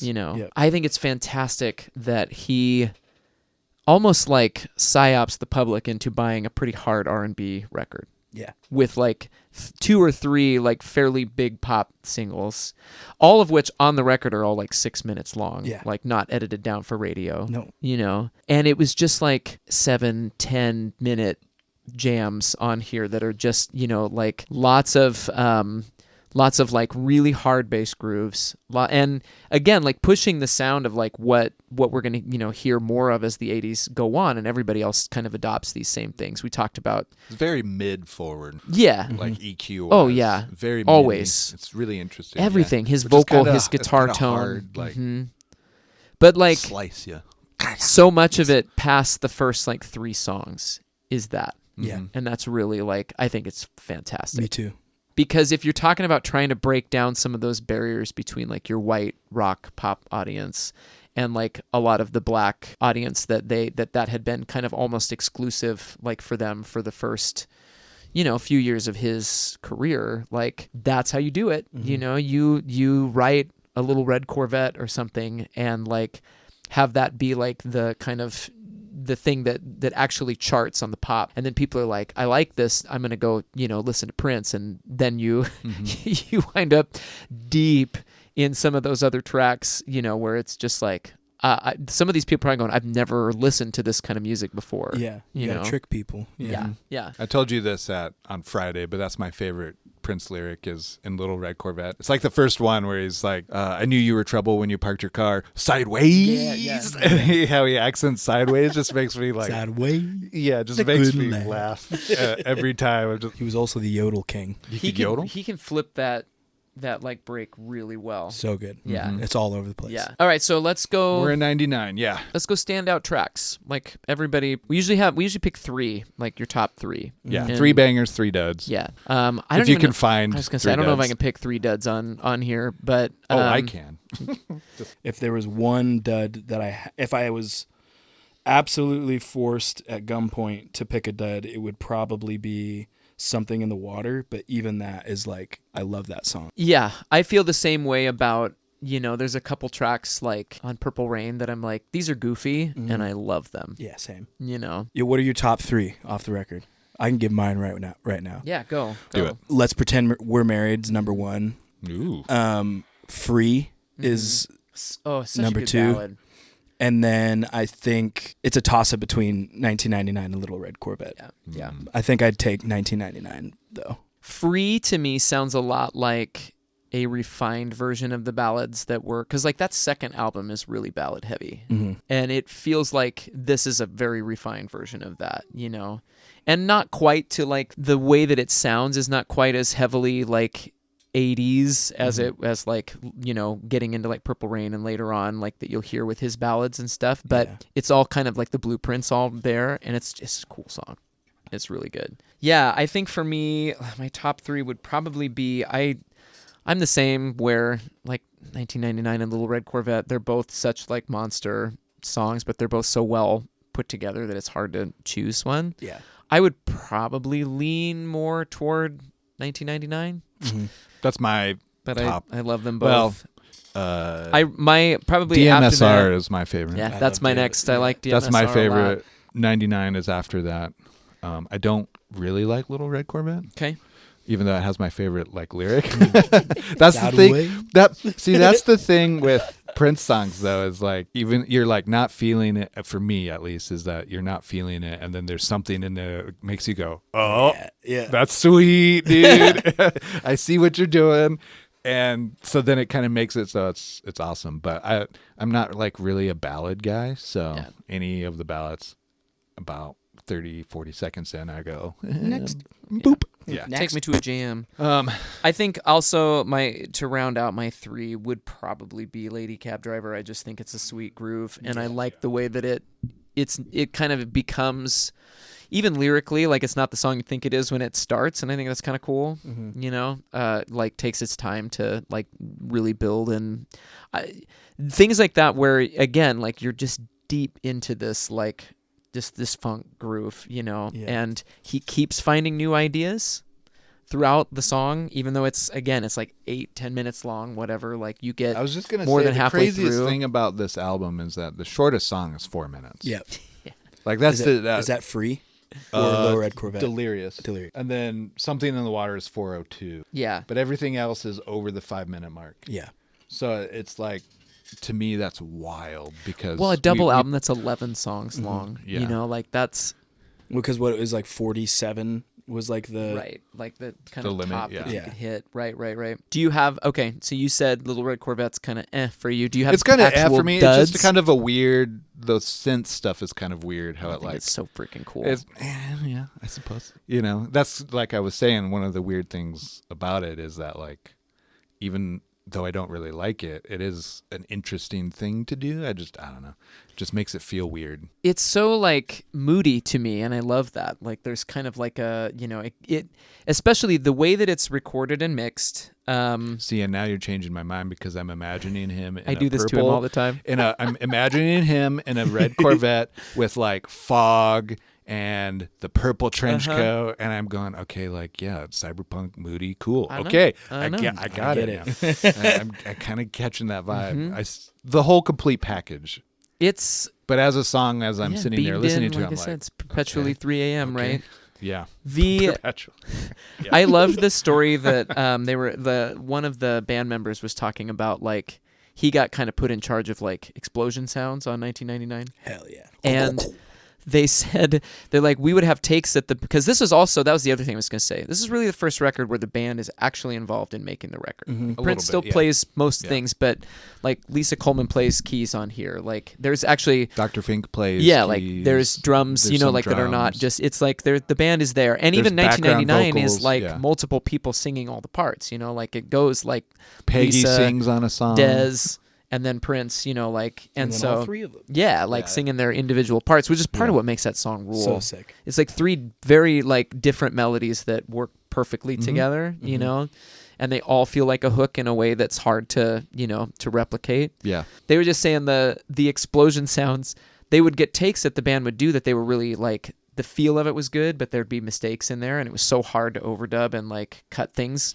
that he was just like, take. Yeah. he was like, just put an explosion sound over that, Bro. Yeah, he's like, if there's like if you like messed up somewhere, just that's where. And so he goes, don't listen too close to where the explosions are. But I'm gonna start doing that, but except for explosion sound, I'm gonna go. Yeah, exactly. Fart sound. That'll be the Spokane sound. The fart sound. Blake pioneered it. But I was thinking about that when we were playing Tainted Love, where he does the laser sound. Yeah, I was like, this is where I mess up or don't play because there's so many laser sounds. Let's cover it up, baby. Yeah. So the cool thing we were watching. I had on when we came in upstairs the Controversy show, and it was like early '81 when that was recorded, and it's pretty terrible. Not the show, but like the quality of the video. But watching it, sitting down and watching it, you can see where the genesis of 99 comes from. Totally. Yeah. It's cool that like at this point, like the Revolution, like they feel like a band. Yeah. Mm-hmm. And that they're like the way that you were telling me, they didn't tour a lot, but when they toured, it was like sound check would be early, like 11 o'clock, and they would jam. They were known to jam on one song for 3 or 4 hours. Mm-hmm. Sometimes they were I was like probably once in a while, like once a month maybe. They would jam for 8 hours on one song, just like to get it grooved down, and they just loved it. Yeah, and they were forming as a band, the nucleus of getting the nutrients and the vitamins so they would sound check till like 5 or 6 o'clock. Yeah. Then they would take a shower and they'd get ready for the show, and they would watch video of the sound check because that was recorded. And then the show would happen from like 9 to like 11:45, 12. Well, that was recorded, and after backstage from like 12:30 to like 1:30, they would watch that. Yeah, they're working. And they would like critique, and during this time too, they would just put on, like in the bus and stuff, they would put on Little Richard, Ike and Tina Turner, James Brown, and they would get inspired, and like so then they would use that inspiration to like critique and go like, oh, if we all turned a direction at a certain time, and then Prince did his thing, and then when he's doing his thing, he's going to turn to the other side, and at that time we're all going to turn to the left, and it's like choreographed and so watching that cool Controversy video of the live show, you can see the glimpses of like, oh, they're working this out. Yep. They don't quite have it yet because like Prince's mic keeps cutting out and like there's these weird technical segues things, and technical glitches and well, but it's like then you see how that comes to like this point where they talk about when they were preparing for this tour. They were like, it was like they were prepping to go to war. It was like we're going to be like a well-oiled like the 1999 triple. It was the Triple Threat tour, right? Because they had Vanity 6 where the Time opened or played was their backing band, their backing band, and then it would be the Time. And then it would be Prince, and they were all like kind of in each other's bands. It is so funny to me that he built the Time out of his like high school rival band. Yeah, like that's incredible. Like basically going back home and being like, who are the other best musicians in town? If we're gonna actually do this, like build it out of Minneapolis and be like, oh, maybe those guys that I used to like embarrass at like local shows and Battle of the Bands and stuff like. So good. Do you have any duds on this record? Like any songs that you're not fond of? Not really. No, I like pretty much everything. I think Automatic might be the only one that I'm kind of like, it's fine. It's like it's cool. It's a cool groove, but wedged in between it's too long. DMSR. Like I'm kind of like I like that song better. When did Automatic, the other one, Automatic? When did that one come out? Oh, that's a good question. Is it before this one or after? Isn't that funny when you feel like an artist August '83 gets stuck on an idea, and it's like, I liked that, but I want to do it again, but better. Yeah. I really like, I think the one for me is Something in the Water, but even like if I had to, like I said earlier, like if I had to pick one, it would be that. But I really do like every song on the record. There's some that like you could tell are like inspired by the other or like very similar. Mm-hmm. I think even in Something in the Water, it's so different. And like the fast like Lindrum stuff and all the weird synth and like modulation going on is like, I would say it's like closer to a dud in the sense of like accessibility wise for most people probably, but even then I'm like, yeah, that's sick because he's doing whatever he wants to do at the end of the day. I think I remember reading that International Lover was originally written for the Time and for Morris Day to sing. Yeah. And then it was another one where he was like, nah, I'm going to do it. Yeah. Nah, that's me. Yeah. And of course, it earns him his first Grammy nomination for that song. Kiss was the one where Yes. Well, He- that's a famous story. he We'll have wrote to- it for them, and then Yeah. and it was a totally different band, right? It wasn't it? It wasn't even his band. No, It he was somebody gave it else? to the Time, Okay. and then they worked it out and recorded parts and then they left for It was lunch. The Family, And Prince came back in, and because this was later. That was in that's Under the Cherry Moon. That's Parade, right? Yeah, that that's album. So Parade that's album. like, yeah, that's again. I kind of stopped at 1999. We'll get but there. We're gonna have we'll to get- cover it so eventually. that's all foggy to me, Yeah. but that's No, in he the was- future times. He was kind of infamous for that, for like which is, I think that's give fair. a song to somebody and then decide later, like, Nah. yeah, I kind of like it. that's I'm fine gonna now. sing it. Yeah, knowing now that but he was the original writer of it, like, And playing most of the instruments, so you know he was producing all their records anyway and playing all their instruments anyway. it's It's like, yeah, why not? Like, okay. yeah. I just, you just shrug your shoulders. And at first I thought he gave it, like he did like what he did to Manic Monday, where he would Oh, write a right. song for a totally different group, Yeah. give them the song, they would do it. And then he was like, oh, no, to a different person. That was kind of a little weird to me. But Yeah. Well, he's definitely a weirdo. No, you Yeah. get all over, like, you listen to this album and it's just like, guy's a freak, man. Yeah, like, for real. And but also a pretty kind of devout Jehovah's Witness. who, No drugs. Yeah. That should be said here too. Yeah. Besides sugar, he was on like a sugar high.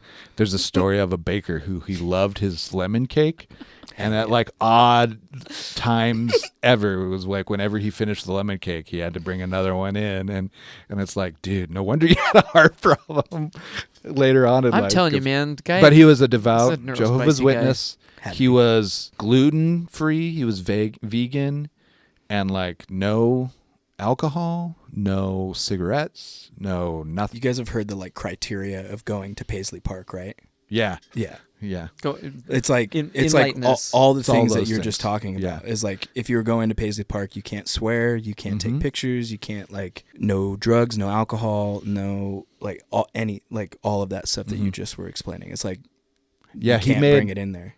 he made somebody do the swear jar because they swore, but it was like 10 grand. Yeah. Yeah, it was like, oh, he was like, no, like this is serious.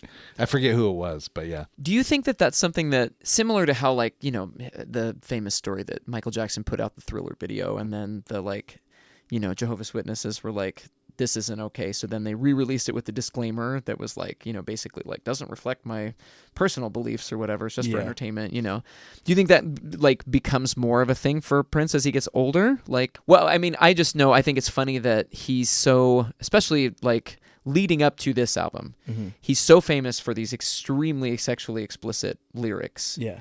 But it always feels a bit like a character he's playing, Yeah. right? Like, And that was at first why I didn't really like him, because it was Sure. all a gimmick to me. It was just to sell, right? To me, that's yeah. that is what I was getting from that. But it's like he's playing a role, like we talked about but with he's not really. Donna Summer. But Well, he's not. He's though. Donna Summer definitely playing a role. Yeah. I can see, but again, she does it very well. yeah. No, There's this- it's funny when you hear people talk about like even Peggy says when she went out on the tour with them for a little while, she was blown like, away. yeah, she's like the person that I knew in the studio who's like real soft spoken, where I had to tell him to speak up because I can't understand what you're saying when you want me to do things, like this really shy but like introverted, always wanted to work alone, then on stage is this like force of nature. It's electric. Yeah, Yeah. and you're just like, oh, I had no idea. And like, it's just the multiple like sort of facets of made him who he was is just really, it's again, it's impossible to like try to piece it together and like make sense of it. Yeah. The thing that really clicked for me was he wrote 35 pages of memoirs before he passed. And then the guy who was going to like kind of piece everything and edit everything, wrote a big long forward. So it's 2 hours of this guy writing about leading up to the memoirs, and then it's 35. It's like a half hour of just Prince's memoirs. That's so it's really funny. But during that, yeah, it's like this guy like what I was like the 2.5 like I'm like, this is the forward and it's 3 hours long. What are you doing, dude? But it's taking actually his really shot. interesting because they have a lot of conversations. And while he didn't record the conversations, he was like furiously taking notes. And he was able to, one of the things that Prince says to him is that like Prince's whole thing is about harmony in music, but also in life. Yeah. And you have this sex guy at the very beginning, but he's also like a devout religious person Who will destroy you at basketball. who will, and make you the then best pancakes you've ever had pay in your your life, mom's according to the hospital Chappelle bill and bring you in limos and be Make super cookies for his cool and make neighbors cookies. And this is where I started getting like this whole like, oh man, I don't know if I want to figure him out, because he's both and right. So he's a sex object, and he's really, really dirty, androgynous, and explores the line between all that stuff. But then also Wants to name his girl group Vagina. Hell yeah. And they're like, no. We're good. it would sell though.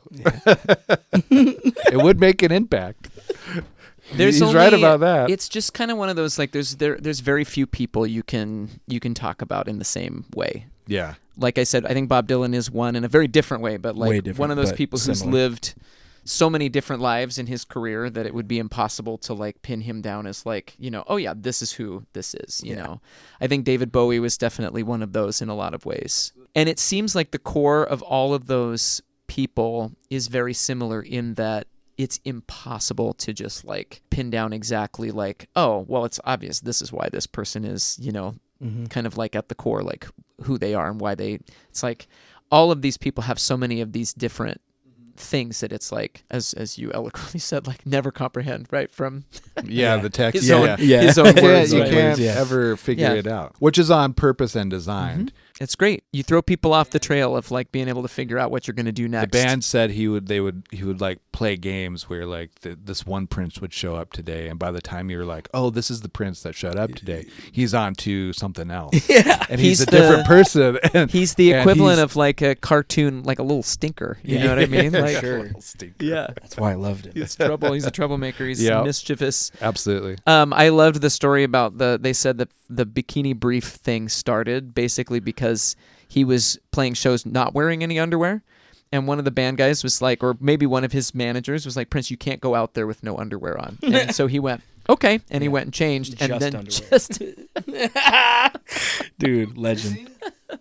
I think we kind of need that in our life a little bit. Yeah. I told you, maybe 41, 42 is the time to try it. the I year. think not necessarily bikini fine. and underwear, but like just the kind of like, no, I'm an artist, like screw you. I agree. If we're gonna show up and play, we're bringing our own sound guy, and we're gonna do it our way. Well, and because that's what you're hired. That's what you're hiring. That's what you're getting. Someone, please tell everybody who's like running all of these record labels and venues and things that like most of the time artists like your everyday day to day when you're in the process is not interesting enough to need to post something about it every day. It's work like anything else.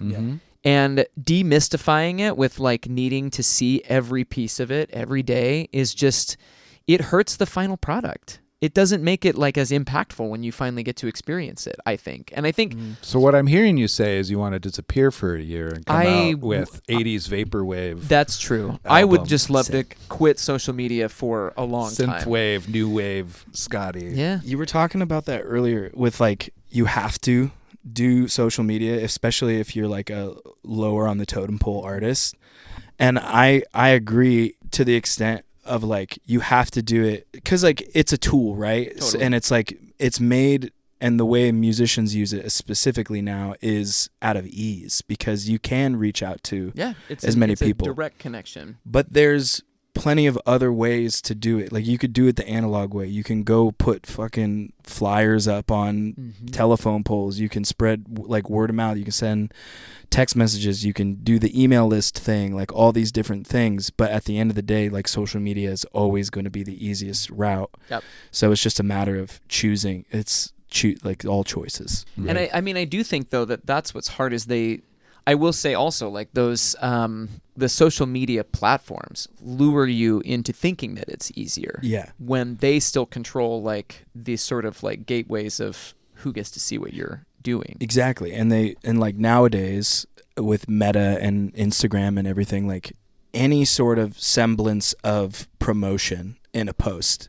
They're going to ding it and try to get you to like buy it. Yep. Buy ads for it and all this stuff. And that's where I want to pull my hair out, is because like I spend all this time thinking of like how to make a stupid video that people are going to like react to or like or whatever, and then I get 40 likes on it or something, as opposed to like where everything else is getting like a couple hundred or something. Yeah. And it's like it almost feels debilitating. It's like, because they literally do cut you off at the knees, like, you know, making it so that, and I mean, that's the other piece of it, right? We talked about this a couple episodes ago, but you know, you see bands now that are hiring marketing companies to do all their socials for them, but not to run their accounts, to create fake accounts to make them look like they're doing better than they are until they are. Yep. And you flood it with enough content that the algorithm, you know, starts showing it to more people. Yeah. And that's why, you know, the most encouraging thing that I've seen recently, which we'll probably find out that there's some big marketing company behind them too, but this Canadian, you know, math rock band, they're amazing, my God, right? Like my favorite. And it's the fact that they did something that stood out, you know, visually and sonically, that just caught on, and or at least again, seemingly so, right? To the point where people start sharing it fairly organically, and then if you liked it and you like even were into it a little bit, you start seeing more of it, and it's like now they've, you know, been able to actually like bump their career up because of that. Yeah. Mm-hmm. And it really just came from their own creativity and how they presented themselves. Have you seen their tour schedule? Yeah, it's nuts. It's crazy. It's insane. It's so cool. And it makes me so happy. It's like, it seems like they're... And it like sold out now and stuff. Yeah, it's great. And I think, you know, that's the other thing, is that might not last for them. You know what I mean? Mm-hmm. Maybe the gimmick doesn't last that long, or people, you know, but you at least maybe can take that and like build some momentum, like save some cash, like, you know, use that chance to put toward whatever the next creative endeavor needs to be, you know, like bank it wherever it's working. But okay, anything else we want to say about this before we talk about legacy charts? Like, you know, anything even personally that you want to talk about with 1999, anybody? Because I want to make sure we don't leave anything on the table here. You know? I think for me, like, we were kind of talking about, or I was kind of talking about how like songs kind of, you can tell like one thing led to another in a lot of ways on this album, and I like that a lot. Ultimately, I think this goes for all of Prince's music for me, but especially like with this one, it seems like he's just doing what he wants to do. And he's just making the music that he and the band want to make. And especially knowing that this is the first time that like the band members are involved in it. And it's even more like what they want to do, and it's still fitting the Prince thing, is so cool to me. And it's one of the main reasons why I like Prince so much, is like at the end of the day, like all the contradictions that we're talking about is like, he's a devout Christian, yet he's like a sex symbol, and all these different contradictions. He's doing what he wants to do, and he's trying to keep people on their toes, and it's very intentional. You can tell he refuses himself to be put in a box. And that's the shit. It's I love kind of the that. most punk rock thing about him. Was just like going to push every boundary. That's what I love about him. Anti-establishment. My respect as an artist for him is through the roof. Yeah. My love for him has been like... Well, and this being the era where you can see he's letting people into his world kind of for the first time in a meaningful way. You know, he's built the relationship with the band. You can tell there's trust there. I mean, even like Lisa Coleman was like living with him in that house for a while, like, and helping engineer tracks for him, you know, and she even, you know, was like, when they first came to the rehearsal where they were going to learn 1999, she's like, we showed up, he had that drum machine like running that pattern already. Like he'd worked all this stuff and then out. He would show them and hum the parts. And but then when he's like, hey, you're going to sing this part, she was like, really? Yeah. Like, you know. Just trust me. Yeah. Like it's going to be cool, you know. And so letting kind of everybody have a chance to shine, like, and kind of explore, like that door opening to then he's producing and promoting these other acts from his hometown. It was kind of this like, you know, and you think back to this, like the disgrace that happens at this Rolling Stones concert. It's like, look, if you think that you're going to keep us out of where we know we belong, we're going to bring all of this like goodness from where we come from and like blow the doors open, and like you won't be able to contain it, you know, like, and so, and that's again, like you look at the rest of the especially 80s trajectory of his career, and that's like exactly what happens. Yep. And that's really cool. It's, again, like you said, not very many people like get to like kind of call their shot like that, but and just know exactly what he seemed like. an Maybe he, angel told maybe he him. didn't, but So- once he made a decision, it's like he always knew what he was doing, Yeah. which is really cool. One of the things from his pseudo memoir that he talked about with the editor Dan is they were somehow comparing Michael Jackson, and this is something I've been learning a lot with this podcast, is comparing artists to other artists. And to me, I'm starting to get a big no-no. Yeah. Because you can't compare greatness to greatness. You can't compare stuff. Or, thing that Prince said was that Michael is magic. He's always been about the magic of it. And the Disney, that's my words, but like he's always been about the like. Very accurate. Yeah. Right? Like, and I'm like, oh yeah, okay. And Prince is funk. Yeah. And I'm like, oh. And everything, and then he started to go on like, we need a new word for funk, and we're gonna solve racism, and we're with this book, and then I'm like, wow, he's calling his shots. It's still like, gonna happen. It's still, it's happening right now. Yeah. But that made me. Prince is all about the work, Yep. and all about the process and what funk is, and that I was like mind blown from that just simple explanation of two different but great artists. So that's all. So, okay, so 1999. End record. Bing bong. Stop. See you later. Princess, I still this is, think. Oh, well, no. we can go. Let me do this. Okay. Let me go do for this it. first. Hold that thought. Go. Okay, so this is Prince's first like top 10 album on the Billboard 200. Yeah. Charts at number 9 on its release. It ends the year at 5, which is kind of awesome. This is 83 because it came out in October 82. Yeah. So all the singles were charting in 83. And so the single 1999 I think it peaked at 12. And then, of course, it re-enters the charts over the years, different times. Delirious gets to number 8, and then Little Red Corvette peaks at number 6, and that was his highest charting single at the time, which is going from almost nothing to 6 is a pretty big deal. Yeah. That's a big breakthrough.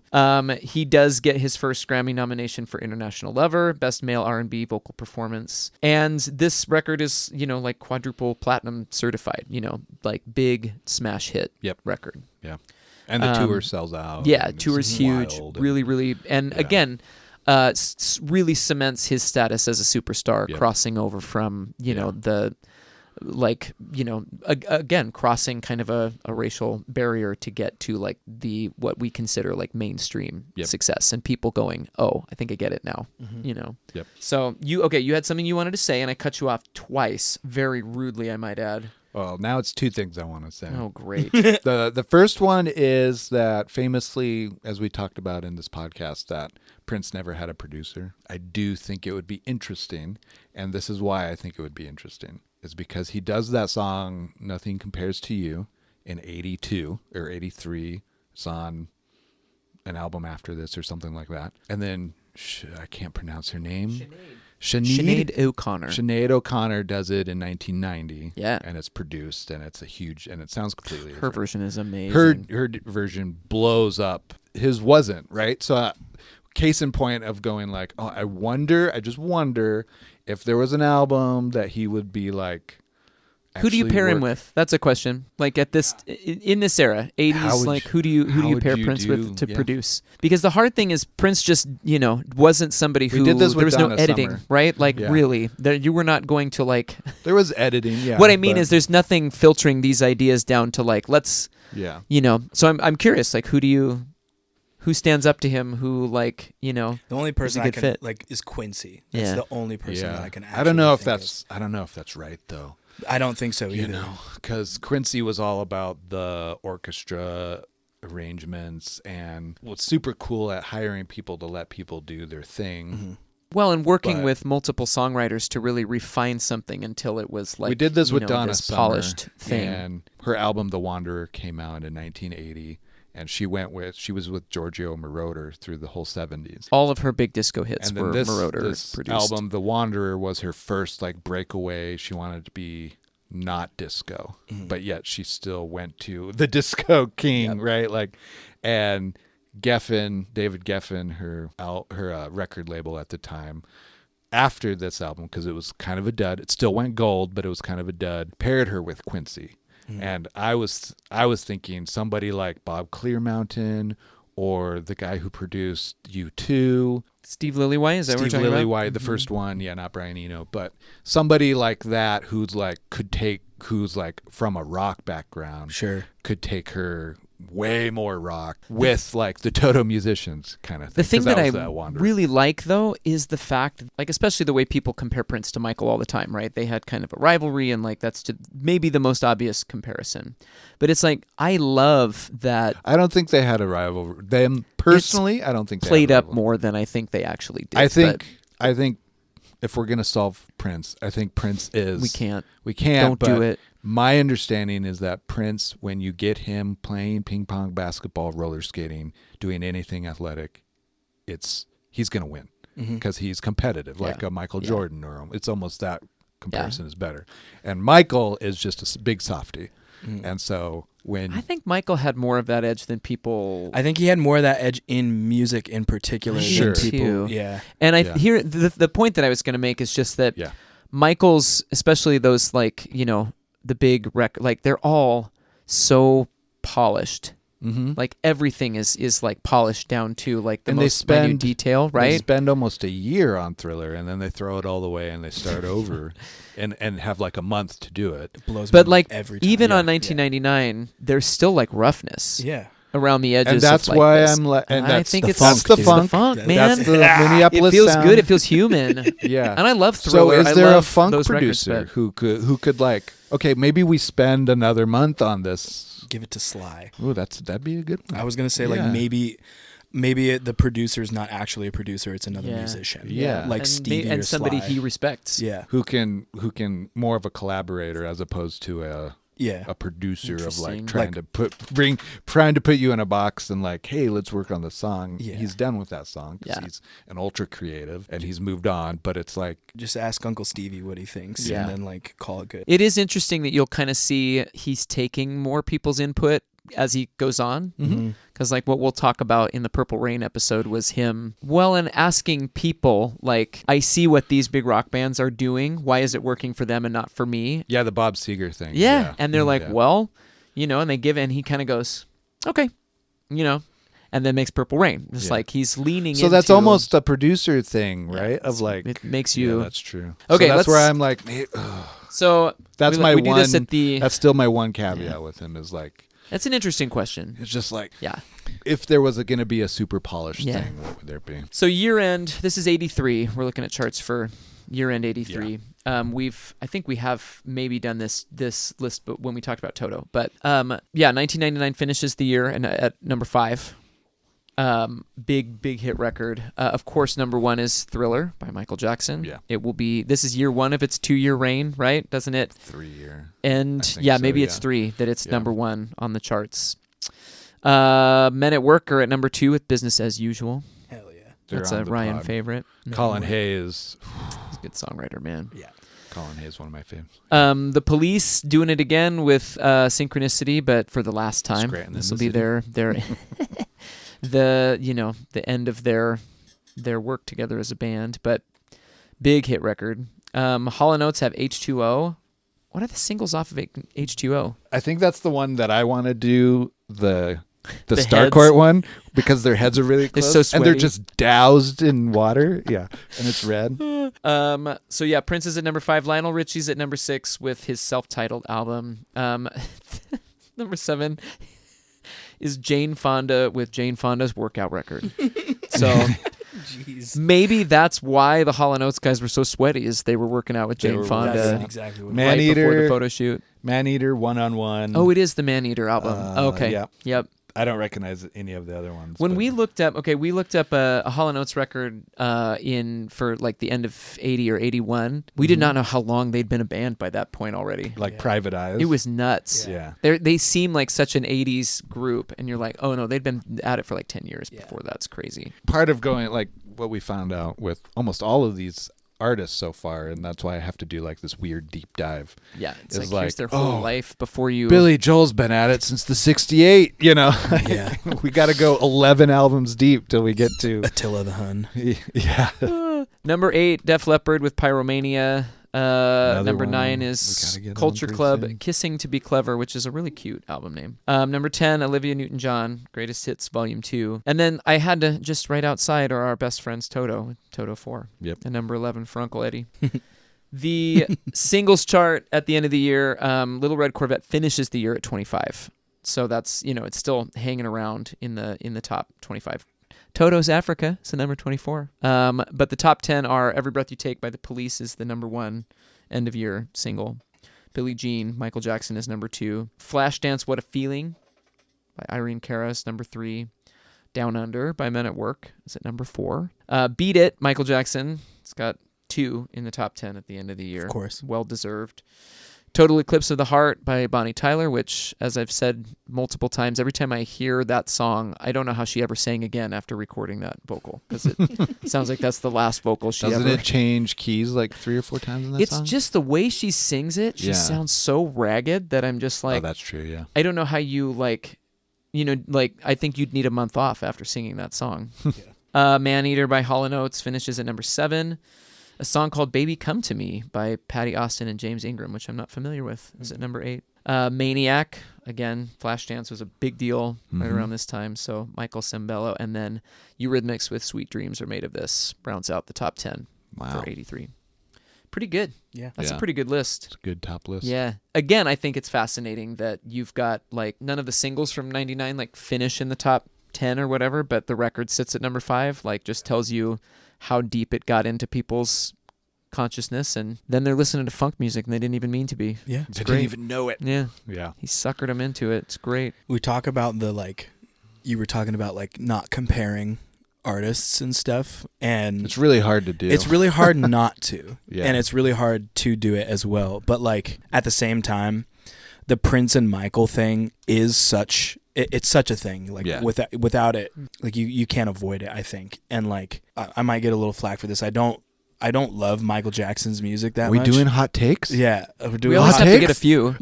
And I'm not a huge Michael Jackson fan, not because of all the shit. His music is good. Wait, what are you talking about? Yeah. What do you mean? Nothing. Watch the movie. He's got a hit film right now. Doesn't cover any of it. It's great. It doesn't cover any of it. That's what I was going to say. Okay, What? finish Okay. your thought. Oh, Blake. well, Prince is the first person since the Beatles to have a movie, but that's Purple Rain. That's right. So We'll get there. we'll get there. He we were talking about producers and stuff too. Michael always had not to take away from Michael Jackson's genius, because obviously that's there, undeniably so. He's working with other people to help bring the things to fruition. Yeah. And it's very polished, and he's got all the best people on the stuff.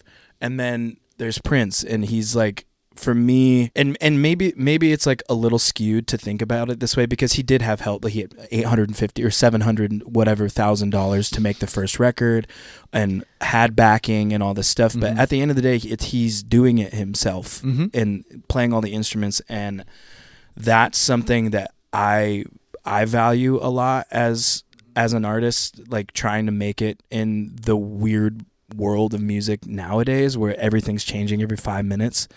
And I just have so And much AI. respect. Yeah, and AI, all that shit. I would love to Just see. rip any bass line and do quote original from it. I'm Yeah. oh, dude. I hate I it would so love much, to see but- what Prince would do with nowadays.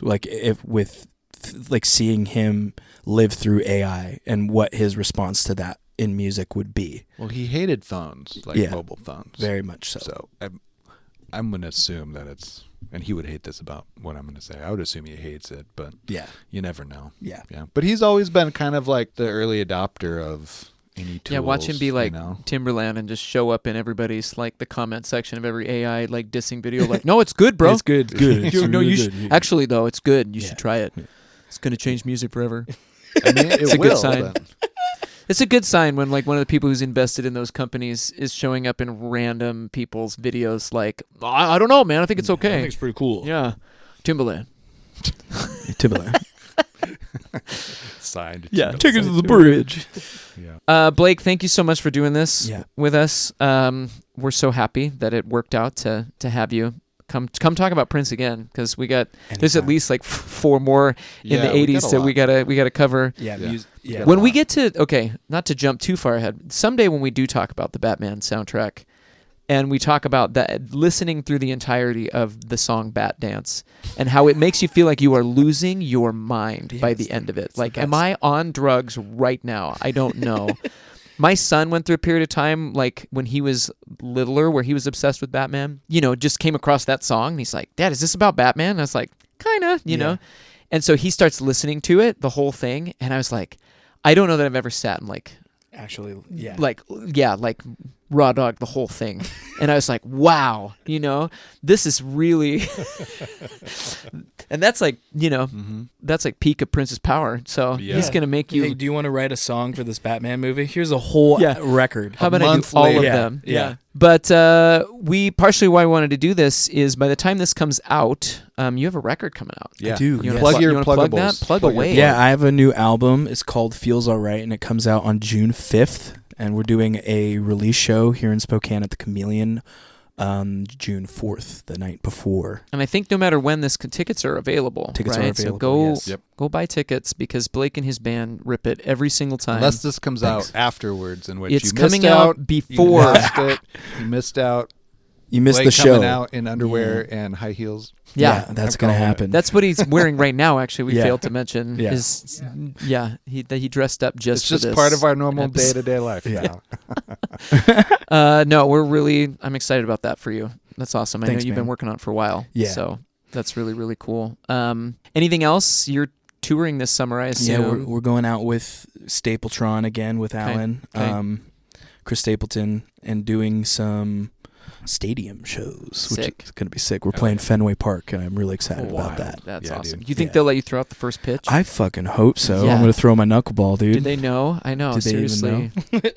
Somebody call them right now. Tell them. Yeah. No, that's really exciting. That's awesome. Thank you so much for listening. This has been your dad's record collection, an 80s album retrospective. Please get on our social media. Ryan, you want to plug all of our ats? Yeah, we're at Instagram, Your Dad's Record Collection. Our email is ydrcpodcast@gmail.com. So get any Any corrections, stories? Yeah, corrections, interesting tidbits. If you want to see a picture of Blake in his outfit that he's wearing. Yep. Yeah, we'll hold that. That Yeah. we on the auction those Patreon. off. Yeah, On that's the Patreon, picture, yeah. exactly. Well, once we get behind that paywall. Polar Seltzer money, we'll Yeah, the release platinum that. tier. Yeah, Yeah. That's when those pictures The come out. polar Yeah. tier. Yeah, the polar tier. It is funny; they're all AI generated. Yeah, so. that's right. Yeah. We train them on pictures of Blake, but That's good. Thank you guys for having me. This was really fun. man. anytime, Yeah. come on back and chat Literally. with us again. Yeah, Yeah. We don't know what we're doing next, so I know. I got 4 I got to edit. Do the Stones with Tristan. We're gonna be fighting by Yeah, the end you of guys that. will. No, I It's think gonna I just will. you'll just I think I will. yeah. I don't know. I've required listening and reading for him before we get to it. There's this whole like podcast called A History of Rock Music in 500 Songs. It's amazing. It's an incredible. check It's it amazing. podcast. It's kind of hard to listen to because Andrew Hickey is Welsh, Welsh. and has a little bit of a lisp, and he admits it, and he does it way better in later episodes. Yeah, But he does a first few are 4-part series on the free concert Ultima in '69, where you get to hear all the bastardly details. But There's you hear this- everybody who's involved is wild. Everybody Just involved. nuts. Yeah. But he does deep dives on these songs, and when he goes into the Stones, really you only come away with it going, those guys are kind of assholes and bastards, and just as people, not necessarily as artists. Sadly, that's the story of so mmany famous musicians. When you peek behind the curtain, not Blake though. Good guy. I tried. Thanks for listening, y'all. Love you guys. Peace.